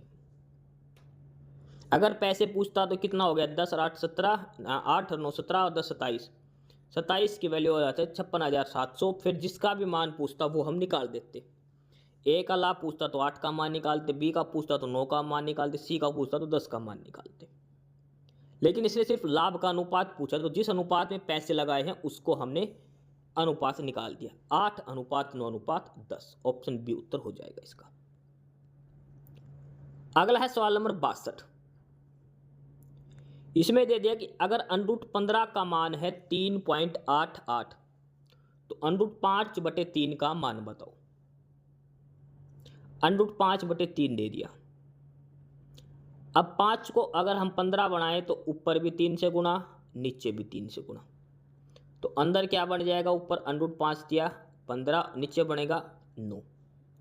9 का √ करेंगे तो क्या आएगा, 3 बनेगा, ऊपर तो बच जाएगा √15 और नीचे 9 का करेंगे तो क्या आएगा, 3। √15 की वैल्यू कितनी है, 3.88, नीचे कितना है, 3। 3.88 को जब 3 से भाग करेंगे तो कितना आएगा, 1.2933, यानी कि ऑप्शन सी उत्तर हो जाएगा सवाल नंबर 62 का। देखो, √15 बनाओ, 5 का 3 से ऊपर नीचे गुणा कर दो, 3 दिया 9, इसका रूट निकालेंगे तो 3 ही बनेगा, और 5 दिया 15, √15 का मान दिया हुआ है। ये हमारा सीधा सा सवाल हो जाएगा। अगर आप दूसरे तरीके से करना चाहते हो वो थोड़ा लेंथी बढ़ेगा। क्या भाई, ऊपर नीचे दोनों जगह 5 से गुणा कर दो, तो ऊपर तो √5 से बाहर 5 आ जाएगा, 25 का 5, नीचे बनेगा √15। √15 का मान है 3.88, तो 5 को 3.88 से भाग दे लो, या फिर 3.88 को 3 से भाग दे लो, बात वही आनी, ऑप्शन सी उत्तर आएगा। सवाल नंबर 63। a जमा b की पावर 3, a माइनस बी की पावर 3 और ये 6a into A² minus B² का मान क्या होगा, ये हमने बताना है। तो a प्लस बी की क्यूब, a³ जमा b³ जमा 3ab into a plus b, a minus b³ power 3 का a³ minus b³ minus 3ab into a plus b, और ये अंदर क्या बनेगा, 6a³ माइनस 6ab², ये बनेगा। अब सारा सोल्व करना है। देखो, a प्लस बी की पावर 3 का फार्मूला, ये a माइनस बी का, इनकी वैल्यू यहाँ पे रख दी, a प्लस बी की cube plus a minus b की क्यूब जमा 6a into a square minus b square. अब इसको सोल्व करेंगे तो a क्यूब जमा a क्यूब करेंगे तो क्या बनेगा 2a क्यूब, ये b क्यूब से b क्यूब कट गया, 3a square b, 3a square b, ये प्लस का ये माइनस का ये कट गया, ये 3 और 3 कितना हो गया 6ab स्क्वायर बन गया।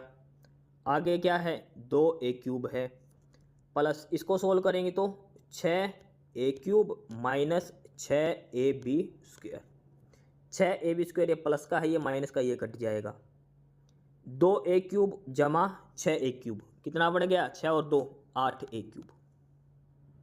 तो ये हमारा उत्तर हो जाएगा 8a क्यूब। लास्ट में जब सोल्व करेंगे सारा तो हमारा उत्तर क्या आएगा 8a क्यूब। इसको सोल्व करने पर बचेगा। करना कुछ नहीं है, a प्लस बी की पावर 3 का फार्मूला ध्यान रखना है, a माइनस बी की पावर 3 का फार्मूला ध्यान रखना है। ये दोनों फार्मूला इसके अंदर पुट करे हैं, ये फार्मूला यहाँ पर पुट करे हैं। तो सवाल नंबर 63 का क्या उत्तर हो जाएगा ऑप्शन बी 8a क्यूब। अगला सवाल नंबर 64 ये रीजनिंग का है। इसमें दिया है कुछ आम केले हैं, कुछ मैंगो जो है वो बनाना है और कोई भी बनाना कीवी नहीं है।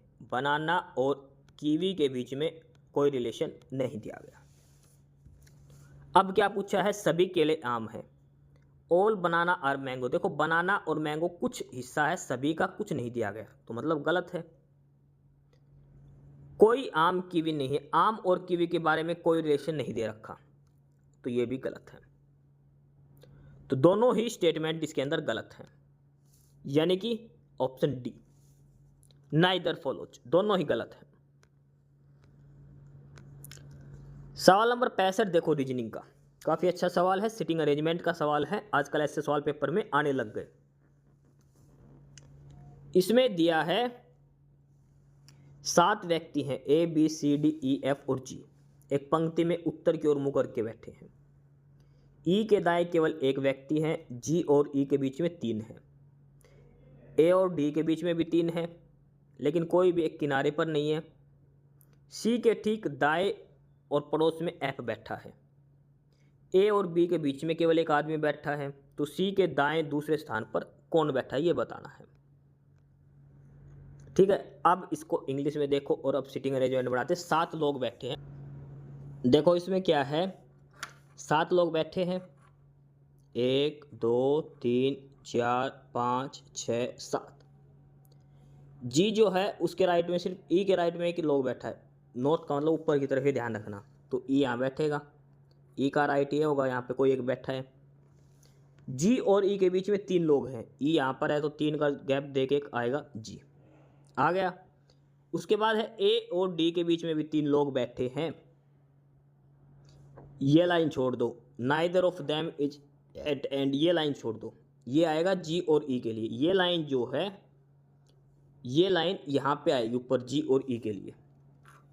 ए और डी के बीच में 3 लोग बैठे हैं, अब ए और डी के बीच में 3 लोग यहाँ पे तो आएगा ए और डी, या फिर डी और ए, ये 2 पॉसिबिलिटी है, और तो कहीं संभव ही नहीं है ए और इसके बीच में 3। क्यों नहीं है एक चीज़ और बताता हूँ आगे। आगे एक लाइन दिया है ए और बी के बीच में एक आदमी बैठा है, ए और बी के बीच में एक आदमी बैठा है, तो ए यहाँ है और उसके बाद बी के बीच में एक आदमी बैठा है। उससे पहले देखो एफ जो है वो सी के एकदम साथ में बैठा है, सी और एफ एक साथ, तो सी और एफ यहाँ पे आएंगे एक साथ, सी के राइट में एफ, 2 सीट खाली होनी चाहिए बीच में, तो सी और एफ यहाँ आएंगे, और ए के एक गैप के बाद कौन बैठा है बी बैठा है। तो ये स्टेटमेंट बनेगा ऊपर वाला D G C F A E B. अगर हम नीचे वाले लेते हैं तो देखो यहाँ पे जी था, यहाँ पे ई था, यहाँ पे 2 का गैप था। अगर हमने यहाँ पे सी एफ बैठा दिया तो ए और बी के बीच में एक व्यक्ति बैठेगा, जो यहाँ पर पॉसिबल नहीं है। तो ये अरेंजमेंट बनेगी D G C F A E B. पूछा क्या है सी के सेकंड राइट में कौन है, सी ये है, इसके सेकंड राइट में कौन है ए है, यानी कि ऑप्शन सी उत्तर हो जाएगा। सी के सेकंड राइट में कौन है ए बैठा है, ऑप्शन सी उत्तर हो जाएगा। आराम से करना, तसल्ली से देख के करना है। नहीं समझ में आए तो आप कमेंट करके बता देना, टेलीग्राम पर मैसेज कर देना, वहाँ सॉल्यूशन दे दो। अगला है, ये कुछ संख्याएं दे रखी हैं लेफ्ट से राइट। इस श्रृंखला में कितने अंक विषम हैं और 5 से बड़े हैं। प्रत्येक अंक को केवल एक बार गिनना है, चाहे बार बार रिपीट हो रहा हो। 5 से बड़े विषम अंक, तो 5 से बड़ी संख्या होती है 7 और 9, तो इसमें 7 है और 9 है, बस दो ही विषम संख्याएं हैं, 7 और 9। ऑप्शन बी उत्तर हो जाएगा। इसने कह रखा कि नंबर को एक बार ही गिनेंगे, चाहे कितनी बार रिपीट हो रखा हो, तो 7 और 9 ही है, बार बार यही रिपीट हो रहे, तो दो ही संख्याएं हैं जो 5 से बड़ी है और विषम है। ऑप्शन बी उत्तर होगा। इस क्लास की पीडीएफ आप हमारे टेलीग्राम चैनल पर ले सकते हैं, नॉलेज हब 7900। पीडीएफ मिलेगी, डिस्क्रिप्शन बॉक्स में इसका लिंक दिया है। काफ़ी सारा स्टडी मटेरियल, काफ़ी सारी पीडीएफ आपको वहाँ पर मिलने वाली है। आगे बढ़ते हैं, इसके बाद सवाल नंबर 67 पर। इसमें दिया है कि शहर यू शहर वी के उत्तर में है। यू जो है वो वी के उत्तर में है। अब ये देखो सिटिंग अरेंजमेंट हम बनाएंगे, तो इसको हम पहले ऐसे 4 डायरेक्शन बना लेते हैं, नॉर्थ, साउथ, वेस्ट, ईस्ट, ये बना लेना। अब देखो यू जो है वो वी के नॉर्थ में है, तो वी यहाँ पर है, तो वी का नॉर्थ होगा ऊपर, और यहाँ पर कौन है, यू है। डब्लू है वो ईस्ट में है यू के, यू का ईस्ट किधर है, राइट साइड में, इधर कौन है, डब्लू है। एक्स है वो डब्लू के साउथ में है, तो डब्लू है, डब्लू का साउथ कहाँ होगा, नीचे, कौन है, एक्स है। आगे क्या दिया है, वाई है वो वेस्ट में है एक्स के वेस्ट में वाई है, एक्स का वेस्ट इधर बनेगा, ये वाई हो गया। वी है वो साउथ वेस्ट है वाई के। अब देखो ये देखना है वी और वाई का साउथ वेस्ट बनेगा ये कोना। वी जो है वाई के साउथ वेस्ट में है, यानी कि वी आएगा नीचे इधर, वाई का साउथ वेस्ट ये बनेगा। वी जो ऊपर था ये नीचे आएगा इसके कोने में। अब पूछिए यू की पोजीशन क्या है वाई के हिसाब से, तो वाई के हिसाब से यू कहाँ बनेगा। अब तो वी बनेगा, देखो ये एकदम उल्टा है ना इसके, इधर, यानी कि नॉर्थ ईस्ट की तरफ। ऑप्शन सी बनेगा। देखो वी और वाई एक दूसरे के उल्टे हैं, ऊपर की साइड है इसके, तो ये यहाँ, तो ये इसका ऊपर, नॉर्थ वेस्ट बनेगा, सॉरी ऑप्शन बी बनेगा नॉर्थ वेस्ट। कैसे बनेगा एक बार फिर समझा देता हूँ भाई। इधर वाई आया था और वाई के इस साइड था यू, सॉरी वी था, वी के ऊपर था यू, तो ये इसके इस कोने में बनेगा, ठीक है। ये वेस्ट था, ये नॉर्थ था, तो ये नॉर्थ वेस्ट में यू आएगा। ऑप्शन बी आंसर होगा क्वेश्चन नंबर 67 का। क्वेश्चन नंबर 68 सिटिंग अरेंजमेंट है। ये भी 7 डिस्क हैं ए बी सी डी और आई जे के नाम से, ऊपर नीचे रखे हैं। ए को आई के ऊपर रखा गया, आई और सी के बीच में 2 हैं, के को जे के नीचे रखा गया, केवल के को जे के नीचे रखा गया, यानी कि जे के नीचे सिर्फ एक है। डी को सी से ठीक ऊपर नहीं रखा गया, डी और सी के बीच में गैप है।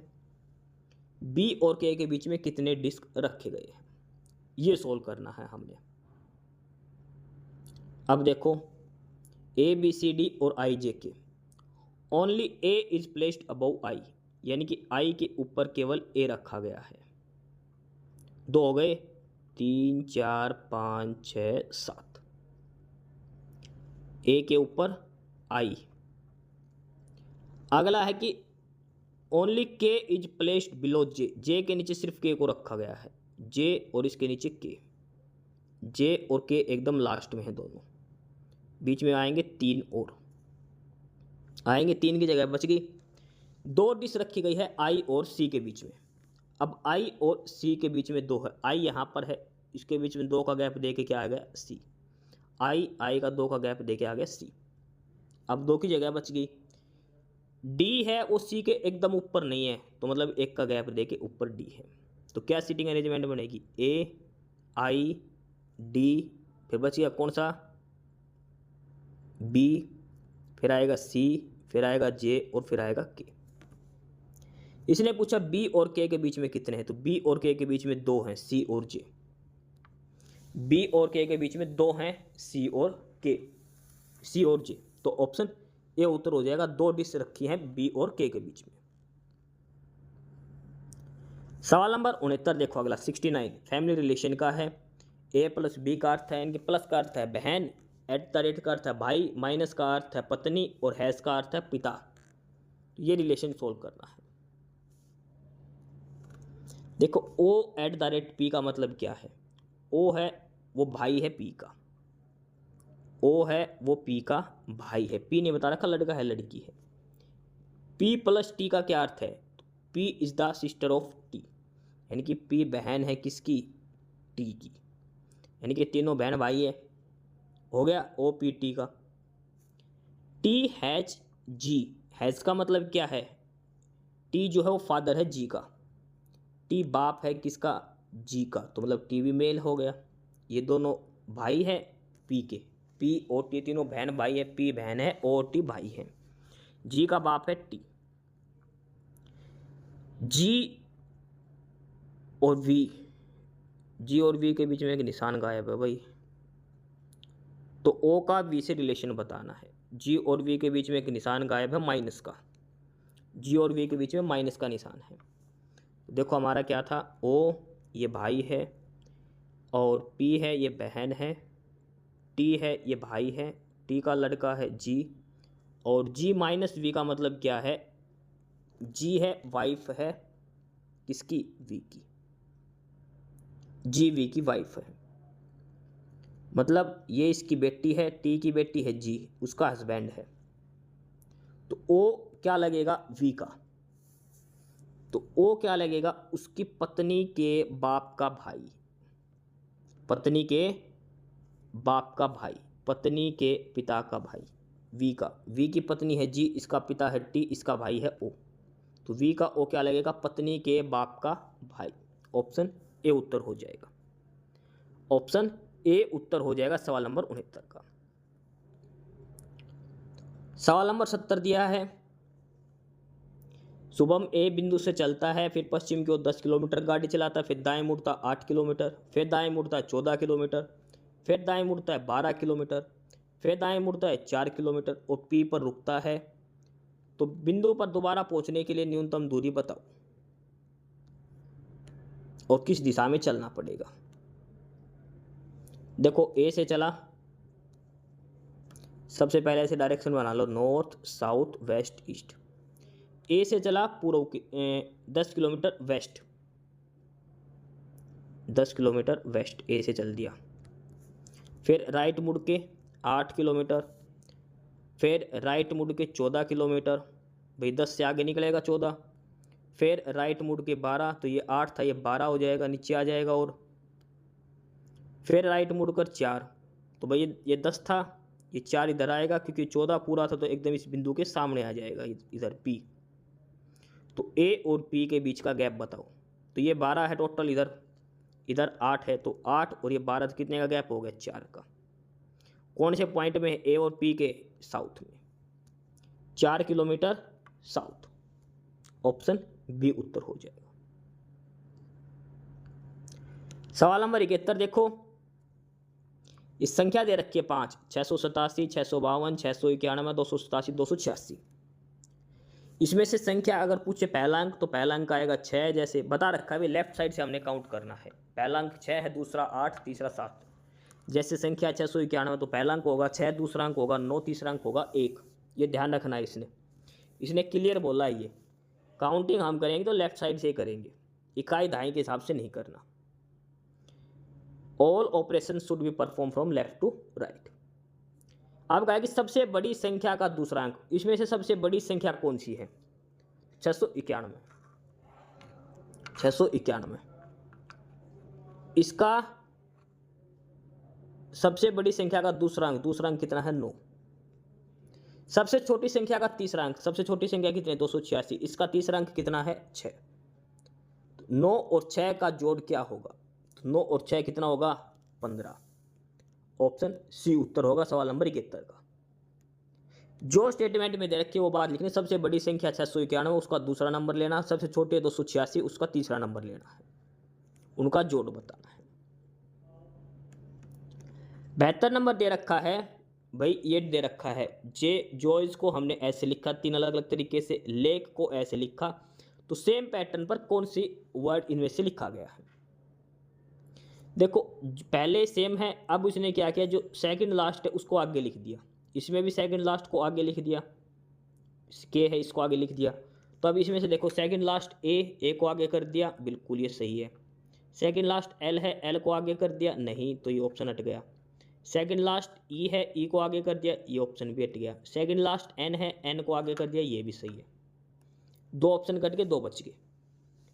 आगे क्या किया है, जो लास्ट में आ गया था उसको सबसे पहले लिख दिया। लास्ट में एस था, ये आगे कर दिया। लास्ट में ई था, ये आगे कर दिया। तो इसमें लास्ट में डी है, इसको आगे कर दिया, बिल्कुल सही है। लास्ट में डी था, इसको आगे कर दिया, इसमें नहीं करा, गलत है।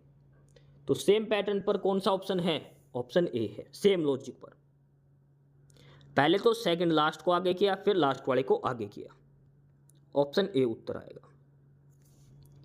सवाल नंबर 73 दिया है, ये एक सीरीज दे रखी है लेफ्ट से राइट। अब इसमें पूछा है कि ऐसे कितने प्रतीक हैं, चिन्ह है, जिनसे ठीक पहले एक संख्या और बाद में एक अन्य चिन्ह है। जैसे ये दे रखा है, इससे पहले एक संख्या और बाद में एक चिन्ह होना चाहिए, तो इसमें तो नहीं है। तो अब कौन कौन से हैं जिससे पहले एक संख्या और बाद में एक चिन्ह है, तो ये देखो, ये एंड का निशान, इससे पहले एक संख्या है, बाद में ये निशान है। ये देखो, ये जो दे रखा है, इससे पहले एक संख्या, इसके बाद में एक निशान है। ये देखो, इसमें पहले एक संख्या लेकिन बाद में एक निशान नहीं, तो ये काउंट नहीं होगा। तो केवल ऐसे 2 ही निशान है, 2 ही ऐसे प्रतीक हैं, 2 ही ऐसे सिंबल है जिससे पहले एक संख्या आगे दूसरा सिंबल है, केवल 2। यानी कि ऑप्शन डी आंसर हो जाएगा इसका। प्रश्न नंबर 73 का ऑप्शन डी उत्तर हो जाएगा, केवल 2 ही ऐसा प्रतीक है। इस क्लास की पीडीएफ के लिए आप हमारा टेलीग्राम चैनल ज्वाइन करें, नॉलेज हब 7900 करके डिस्क्रिप्शन बॉक्स में उसका लिंक दिया है। काफ़ी सारा स्टडी मटेरियल, काफ़ी सारी पीडीएफ आपको वहाँ पर मिलेगी। सवाल नंबर 74, ये सेम उसी पैटर्न पर है जो हमने 2-3 सवाल पहले करा था। 2 सवाल पहले करा था। ये संख्या दे रखी है लेफ्ट से राइट, यानी कि पहली संख्या 7, दूसरी 1, तीसरी 5। 906 में पहला अंक 9, दूसरा 0, तीसरा 6, ऐसे करना हमने। अब इसने कहा है कि सबसे बड़ी संख्या का तीसरा अंक, तो इनमें सबसे बड़ी कौन सी है, 906। तो 906 का तीसरा अंक क्या होगा, 6। सबसे छोटी संख्या का दूसरा अंक, सबसे छोटी कौन सी है, 418। इसका दूसरा अंक कितना है, 1। 6 जमा 1 7, 6 जमा 1 7, ऑप्शन डी उत्तर हो जाएगा सवाल नंबर 74 का। सवाल नंबर 75 है, एक निश्चित भाषा में इसको लिखा जाता है ऐसे, इसको लिखा जाता है ऐसे, तो डोर क्या लिखा जाएगा। अब देखो, इसमें भी डोर है, इसमें भी डोर है, बाकी कोई कॉमन नहीं है। तो इन दोनों में देखो कॉमन क्या है, दोनों में कॉमन है XZ, यानी कि डोर के लिए कौन सा निशान यूज हुआ है, XZ। ऑप्शन डी उत्तर हो जाएगा सवाल नंबर 75 का, XZ। सवाल नंबर 76, अब देखो कुछ जीके के सवाल आएंगे, लगभग 25% आएंगे जीके के आएंगे। फटाफट से हम करते हैं इसको। जौनपुर शहर किसने बसाया था, जौनपुर शहर किसने बसाया था। जौनपुर शहर की स्थापना फिरोज शाह तुगलक ने करी थी 1359-1360 में।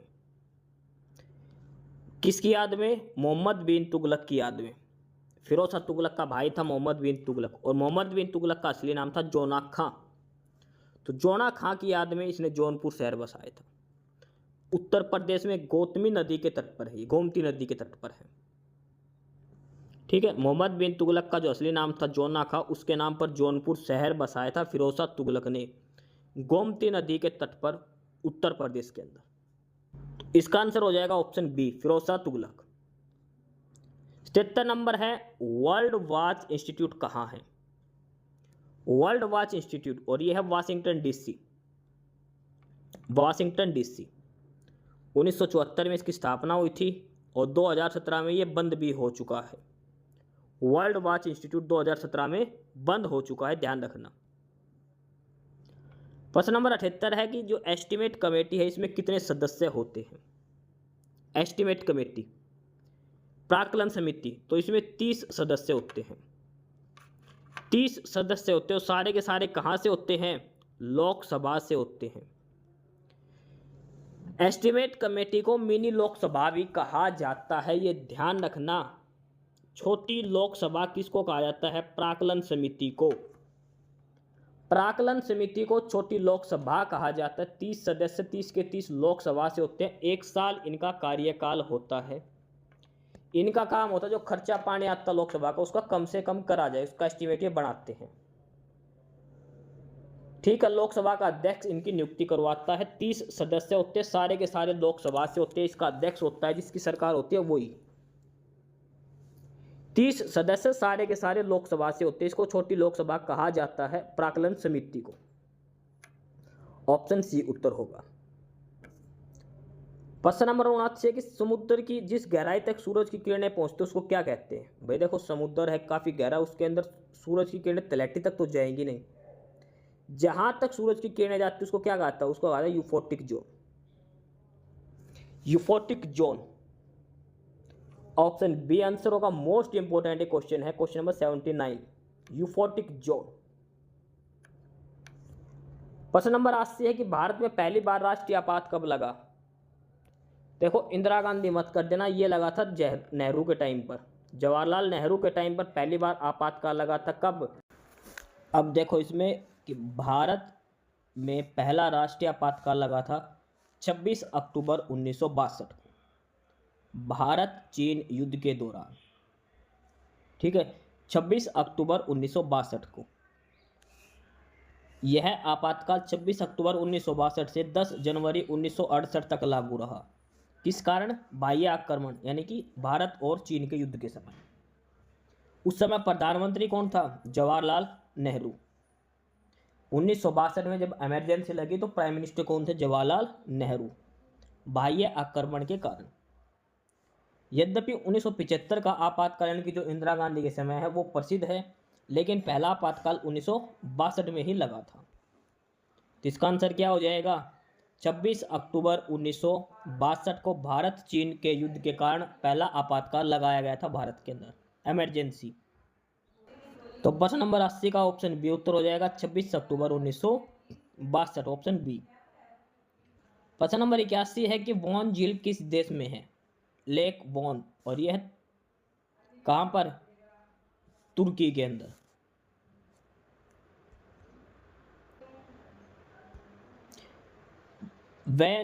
लेक वेन जो है तुर्की के अंदर है।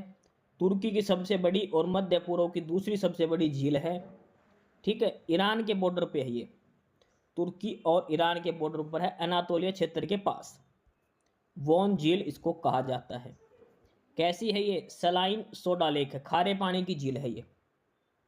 अत्यधिक पानी खारा होने पर यह -10 डिग्री सेल्सियस होने पर भी जमती नहीं है। देखो, पानी 0 डिग्री पर जम जाता है ना, लेकिन इतना खारा है कि 10 डिग्री चला जाए ना माइनस का, 0 डिग्री से नीचे भी, 0 डिग्री से नीचे भी पानी जमता नहीं है इसका।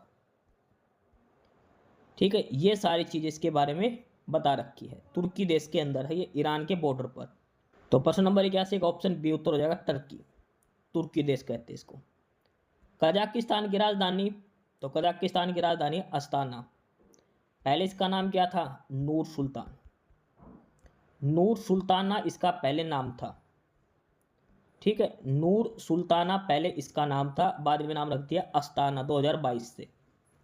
तो कजाकिस्तान की राजधानी अस्ताना, ऑप्शन ए उत्तर हो जाएगा। प्रश्न नंबर 83 है, मोपला विद्रोह कब और कहां हुआ? मोपला विद्रोह, देखो मोपला विद्रोह, इसे मालाबार विद्रोह भी कहते हैं। कब हुआ था? 20 अगस्त 1921 को। 20 अगस्त 1921 को केरल के मालाबार क्षेत्र में हुआ था। मुस्लिम काश्तकारों ने करा था, ब्रिटिश शासक और हिंदू जमींदारों के खिलाफ करा था, जो काफ़ी हिंसक था। मोपला विद्रोह केरल के मालाबार से संबंधित है। 20 अगस्त 1921 की बात है ये। मुस्लिम काश्तकार हैं, उन्होंने हिंदू जमींदार और ब्रिटिश शासकों के विरुद्ध किया था। 20 अगस्त 1921 से 1922 तक केरल का मालाबार तट, इसका नेतृत्व किसने किया था? वरियामक्कुनाथ कुनहान अहमद हाजी ने किया था। ठीक है, ये किसानों का विद्रोह था। ये के पेपर में कई बार पूछा, मोपला विद्रोह कैसा विद्रोह था? तो एक किसानों का विद्रोह था ये। ठीक है, ये सारी चीजें इसके अंदर दी गई है, हिंदुओं के खिलाफ था ये। मोपला विद्रोह केरल के मालाबार से संबंधित है। तो मोपला विद्रोह हुआ था 1921 में मालाबार तट पर, केरल के अंदर। प्रश्न नंबर 84 है कि मुगल शासक अकबर का काल किस साहित्य का स्वर्णकाल कहा जाता है? अकबर का शासनकाल, जो मुगल शासक था, किस साहित्य का स्वर्णकाल था? संस्कृत का, पर्शियन का, हिंदी का या उर्दू का? तो अकबर ने जितने भी हिंदू ग्रंथ थे, जैसे रामायण मान लो, महाभारत, इन सभी का पर्शियन लैंग्वेज में अनुवाद करवाया था। तो फारसी साहित्य जो था, पर्शियन लैंग्वेज जो थी, पर्शियन लिटरेचर जो था, उसको स्वर्णकाल कहा जाता अकबर के टाइम का। ऑप्शन बी उत्तर होगा प्रश्न नंबर 84 का। प्रश्न नंबर 85 है विक्रमशिला विश्वविद्यालय की स्थापना किसने करी? मोस्ट इंपोर्टेंट क्वेश्चन है ये। विक्रमशिला विश्वविद्यालय की स्थापना किसने करी? तो देखो, विक्रमशिला विश्वविद्यालय की स्थापना पाल वंश के शासक राजा धर्मपाल ने करी थी। 770 से 810 इसका टेन्योर था धर्मपाल का। विक्रमशिला यूनिवर्सिटी, धर्मपाल, पाल वंश का शासक, इसने 8वीं शताब्दी के अंत और 9वीं शताब्दी के शुरू में बिहार के भागलपुर में बौद्ध शिक्षा केंद्र की स्थापना करी थी। ठीक है, राजा धर्मपाल ने इसकी स्थापना करी थी 8वीं शताब्दी के अंदर।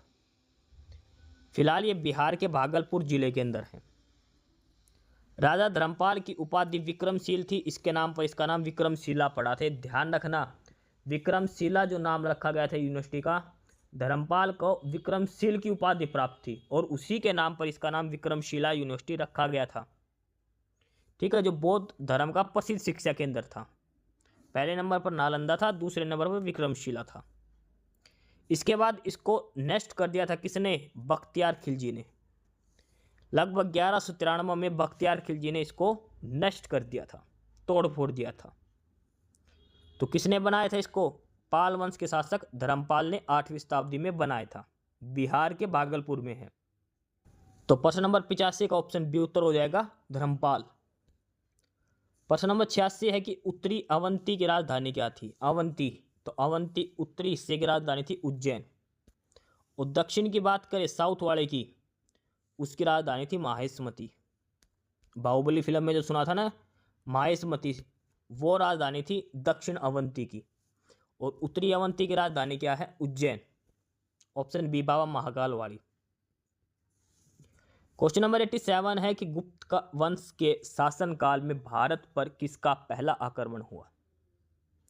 जो गुप्त वंश थे उसके शासनकाल में भारत पर सबसे पहला आक्रमण किस राजवंश ने करा था? शक ने करा था, यूनानी ने करा था, हुण ने करा था, या फिर पर्शियन ने करा था? गुप्त काल में पहला आक्रमण किसने करा था? गुप्त वंश के शासनकाल में भारत पर पहला प्रमुख आक्रमण करा था हुण। हुण तो उन्होंने करा था। मध्य एशिया की जनजाति थी हुण जनजाति। कुमार गुप्त के शासनकाल में इन्होंने करा था, लेकिन इस आक्रमण को सफलतापूर्वक रोका था स्कंदगुप्त ने। कुमार गुप्त का जो लास्ट समय था 455 के आसपास, तब करा था। कुमार गुप्त के बाद आया था स्कंदगुप्त 455 से 467 तक। तो स्कंदगुप्त ने हुणों को हरा दिया था। हुण हार गए थे। ठीक है, हुणों जो मध्य एशिया के खानाबदोश कबीले थे, ये एक जगह से दूसरी जगह पर घूमने फिरने वाले हुण, इन्होंने आक्रमण करा था कुमारगुप्त के काल में। स्कंदगुप्त ने इनको हरा दिया था। गुप्त साम्राज्य की रक्षा करी थी स्कंदगुप्त ने इनको हराकर। ये सारी डिटेल है। हुण साम्राज्य था जिसने पहली बार, हुण थे जिन्होंने पहली बार गुप्त वंश में भारत पर आक्रमण किया था। तो प्रश्न नंबर 87 का ऑप्शन बी उत्तर हो जाएगा, हुण। इस क्लास की पीडीएफ के लिए आप हमारा टेलीग्राम चैनल ज्वाइन करें, नॉलेज हब 7900 टेलीग्राम पर सर्च करें, या फिर डिस्क्रिप्शन बॉक्स में लिंक है, वहाँ से ज्वाइन करें। काफ़ी सारा स्टडी मटेरियल, काफ़ी सारी पीडीएफ वहाँ पर आपको मिलने वाली है। प्रश्न नंबर 88 है कि भारत का बगीचा किस शहर को कहा जाता है? गार्डन ऑफ इंडिया, तो ये कहा जाता है बेंगलोर को। बेंगलोर, ऑप्शन बी उत्तर हो जाएगा। प्रश्न नंबर 89 है, मानव निर्मित पहला तत्व कौन सा है? मानव निर्मित पहला तत्व कौन सा है? तो मानव निर्मित पहला तत्व आएगा प्लूटोनियम। प्लूटोनियम। लेकिन करेक्ट आंसर आएगा टेक्नीशियम, एक है, ठीक है, टेक्नीशियम करके एक मेटेरियल वो आएगा, वो आंसर में नहीं है तो प्लूटोनियम लगाना आपको। क्वेश्चन नंबर 90 है कि मौर्य काल में लिया जाने वाला टैक्स क्या कहलाता था? मौर्य जो टैक्स लेते थे तो वो टैक्स कहलाता था बलि। बलि के रूप में टैक्स लिया जाता था। ऑप्शन ए इसका उत्तर हो जाएगा प्रश्न नंबर 90 का। प्रश्न नंबर 91 है, राष्ट्रकूट वंश की स्थापना किसने करी थी? राष्ट्रकूट वंश की स्थापना तो ये करी थी दंती दुर्ग ने। राष्ट्रकूट वंश की स्थापना दंती दुर्ग, ऑप्शन बी आंसर होगा। प्रश्न नंबर 92 दिया है, तारीख उल हिंद की रचना किसने करी? अब ये नाम याद नहीं तो दूसरा नाम देख लो, किताब उल हिंद। अब आपको आंसर याद आ जाएगा, किताब उल हिंद। और ये किसने लिखा था? अल बरूनी ने। किताब उल हिंद कह दो या फिर तारीख उल हिंद कह सकते हैं इसको, अल बरूनी ने लिखा था। ऑप्शन बी आंसर हो जाएगा। 93 है, न्याय की जंजीर। और न्याय की जंजीर से संबंधित कौन है? जहांगीर। जहांगीर के दरबार में न्याय की जंजीर बंधी हुई थी, ठीक है। न्याय की जंजीर का किससे संबंध है? जहांगीर से। ऑप्शन सी उत्तर होगा 93 का। 94 है, इंदिरा आवास योजना। इंदिरा गांधी के टाइम की बात है, 1985-86 में की गई थी, ठीक है। इंदिरा गांधी के बाद की बात है, ठीक है। इंदिरा आवास योजना 1985-86 के अंदर। अगला है कि रिजर्व बैंक किस वर्ष से नोट निर्माण का कार्य कर रहा है? आरबीआई की स्थापना हुई थी 1935 में, और उसके कुछ समय बाद 1938 से ही करेंसी नोटों की छपाई करता है आरबीआई। नोट जारी करने का पहला आधिकारिक अधिकार मिलने के बाद 1938 में जॉर्ज 6 की तस्वीर वाले 5 रुपए के नोट छापे गए थे। पहला नोट पर जो इंग्लैंड का राजा था जॉर्ज पंचम, जॉर्ज षष्ठम, उसकी तस्वीर लगी हुई थी 1938 में, क्योंकि 1947 से पहले अंग्रेजों का अधिकार था तब से। तो पहला नोट छापा था आरबीआई ने 5 रुपए का 1938 में। उस पर फोटो किसकी लगी हुई थी? जॉर्ज षष्ठम की, जो अंग्रेजों का राजा होता था उनका। 1938 की बात है, 5 रुपए का नोट पहली बार छापा था आरबीआई ने। आरबीआई कहाँ का नोट छापता? मैसूर और सालबेनी पश्चिम बंगाल में अपनी छपाई प्रेस है। इसके अलावा नासिक और देवास में भी सरकारी प्रिंटिंग है जहाँ पर नोट छपते हैं। सबसे पुरानी प्रेस जो नोट छपने की है वो नासिक में 1926 से। नोटबंदी कितनी बार हुई है? पहले हुई थी 1938 में, 10,000 के नोट बंद करे आरबीआई ने। 1938 में 10,000 के नोट छापे, उसके बाद 1946 और 1978 में डिमोनेटाइजेशन कर दिया था। 1938 में 10,000 का नोट छापा था, 1946 और 78 में नोट की वैल्यू खत्म कर दी थी, जैसे अब हुआ था मोदी के काल में ऐसे ही। लेकिन हमारा प्रश्न जो मेन है वो ये था, आरबीआई कब से नोट छाप रहा है? 1938 से। सबसे पहला कितने का छपा था? 5 रुपए का नोट। किसकी फोटो थी? जॉर्ज षष्ठम की, जो किंग था इंग्लैंड का, उसकी, ब्रिटेन का। तो क्वेश्चन नंबर 95 का आंसर हो जाएगा ऑप्शन बी 1938, 1938। प्रश्न नंबर 96 है कि नोट और सिक्कों पर अशोक स्तंभ कब से अंकित होने लगा? अशोक स्तंभ कब से अंकित होने लगा नोट पर? अशोक स्तंभ यानी कि जो सारनाथ का सिंह स्तंभ है, तो ये राष्ट्र प्रतीक के रूप में अपनाया गया था 26 जनवरी 1950 को। तब से ही ये नोट और सिक्कों पर अंकित होने लग गया था, 26 जनवरी 1950 के बाद से ही। ये इंपॉर्टेंट है कि भारत सरकार ने गणतंत्र बनने के तुरंत बाद 15 अगस्त 1950 को आन्ना सीरीज चलाई। आन्ना सबसे छोटी इकाई सिक्के की। इस पर किंग जॉर्ज 6 का चित्र हटाकर पहली बार अशोक स्तंभ अंकित करा था। देखो 1938 में पहली बार नोट छपा था 5 रुपए का, उस पर फोटो थी किंग जॉर्ज 6 की। 1950 में जब पहला सिक्का छपा था आन्ना का, उस पर किंग जॉर्ज 6 की हटाकर अशोक स्तंभ अंकित करा गया था पहला 15 अगस्त 1950 को। स्वतंत्रता के बाद भारत सरकार ने 1949 में 1 रुपए का नोट जारी करा था। देखो 1935 में सबसे पहले नोट जारी हुआ था 5 रुपए का, 1950 में आना चला, लेकिन 1949 में 1 रुपए का नोट जारी करा गया था। इस पर ब्रिटेन के राजा की तस्वीर की जगह अशोक स्तंभ को वाटरमार्क में शामिल किया गया था, लेकिन मेन शुरू हुआ था 1950 में। ठीक है, 1947 से 1996 तक जितने भी नोट थे उन पर अशोक स्तंभ आने लग गया था। 1950 वालों के बाद 1996 के बाद गांधी शुरू हुआ था, तब से गांधी आने लग रहा है। गांधी 1996 के बाद जो नोट छपे उन पर आने लगे थे, पहले अशोक स्तंभ ही आता था सभी पर।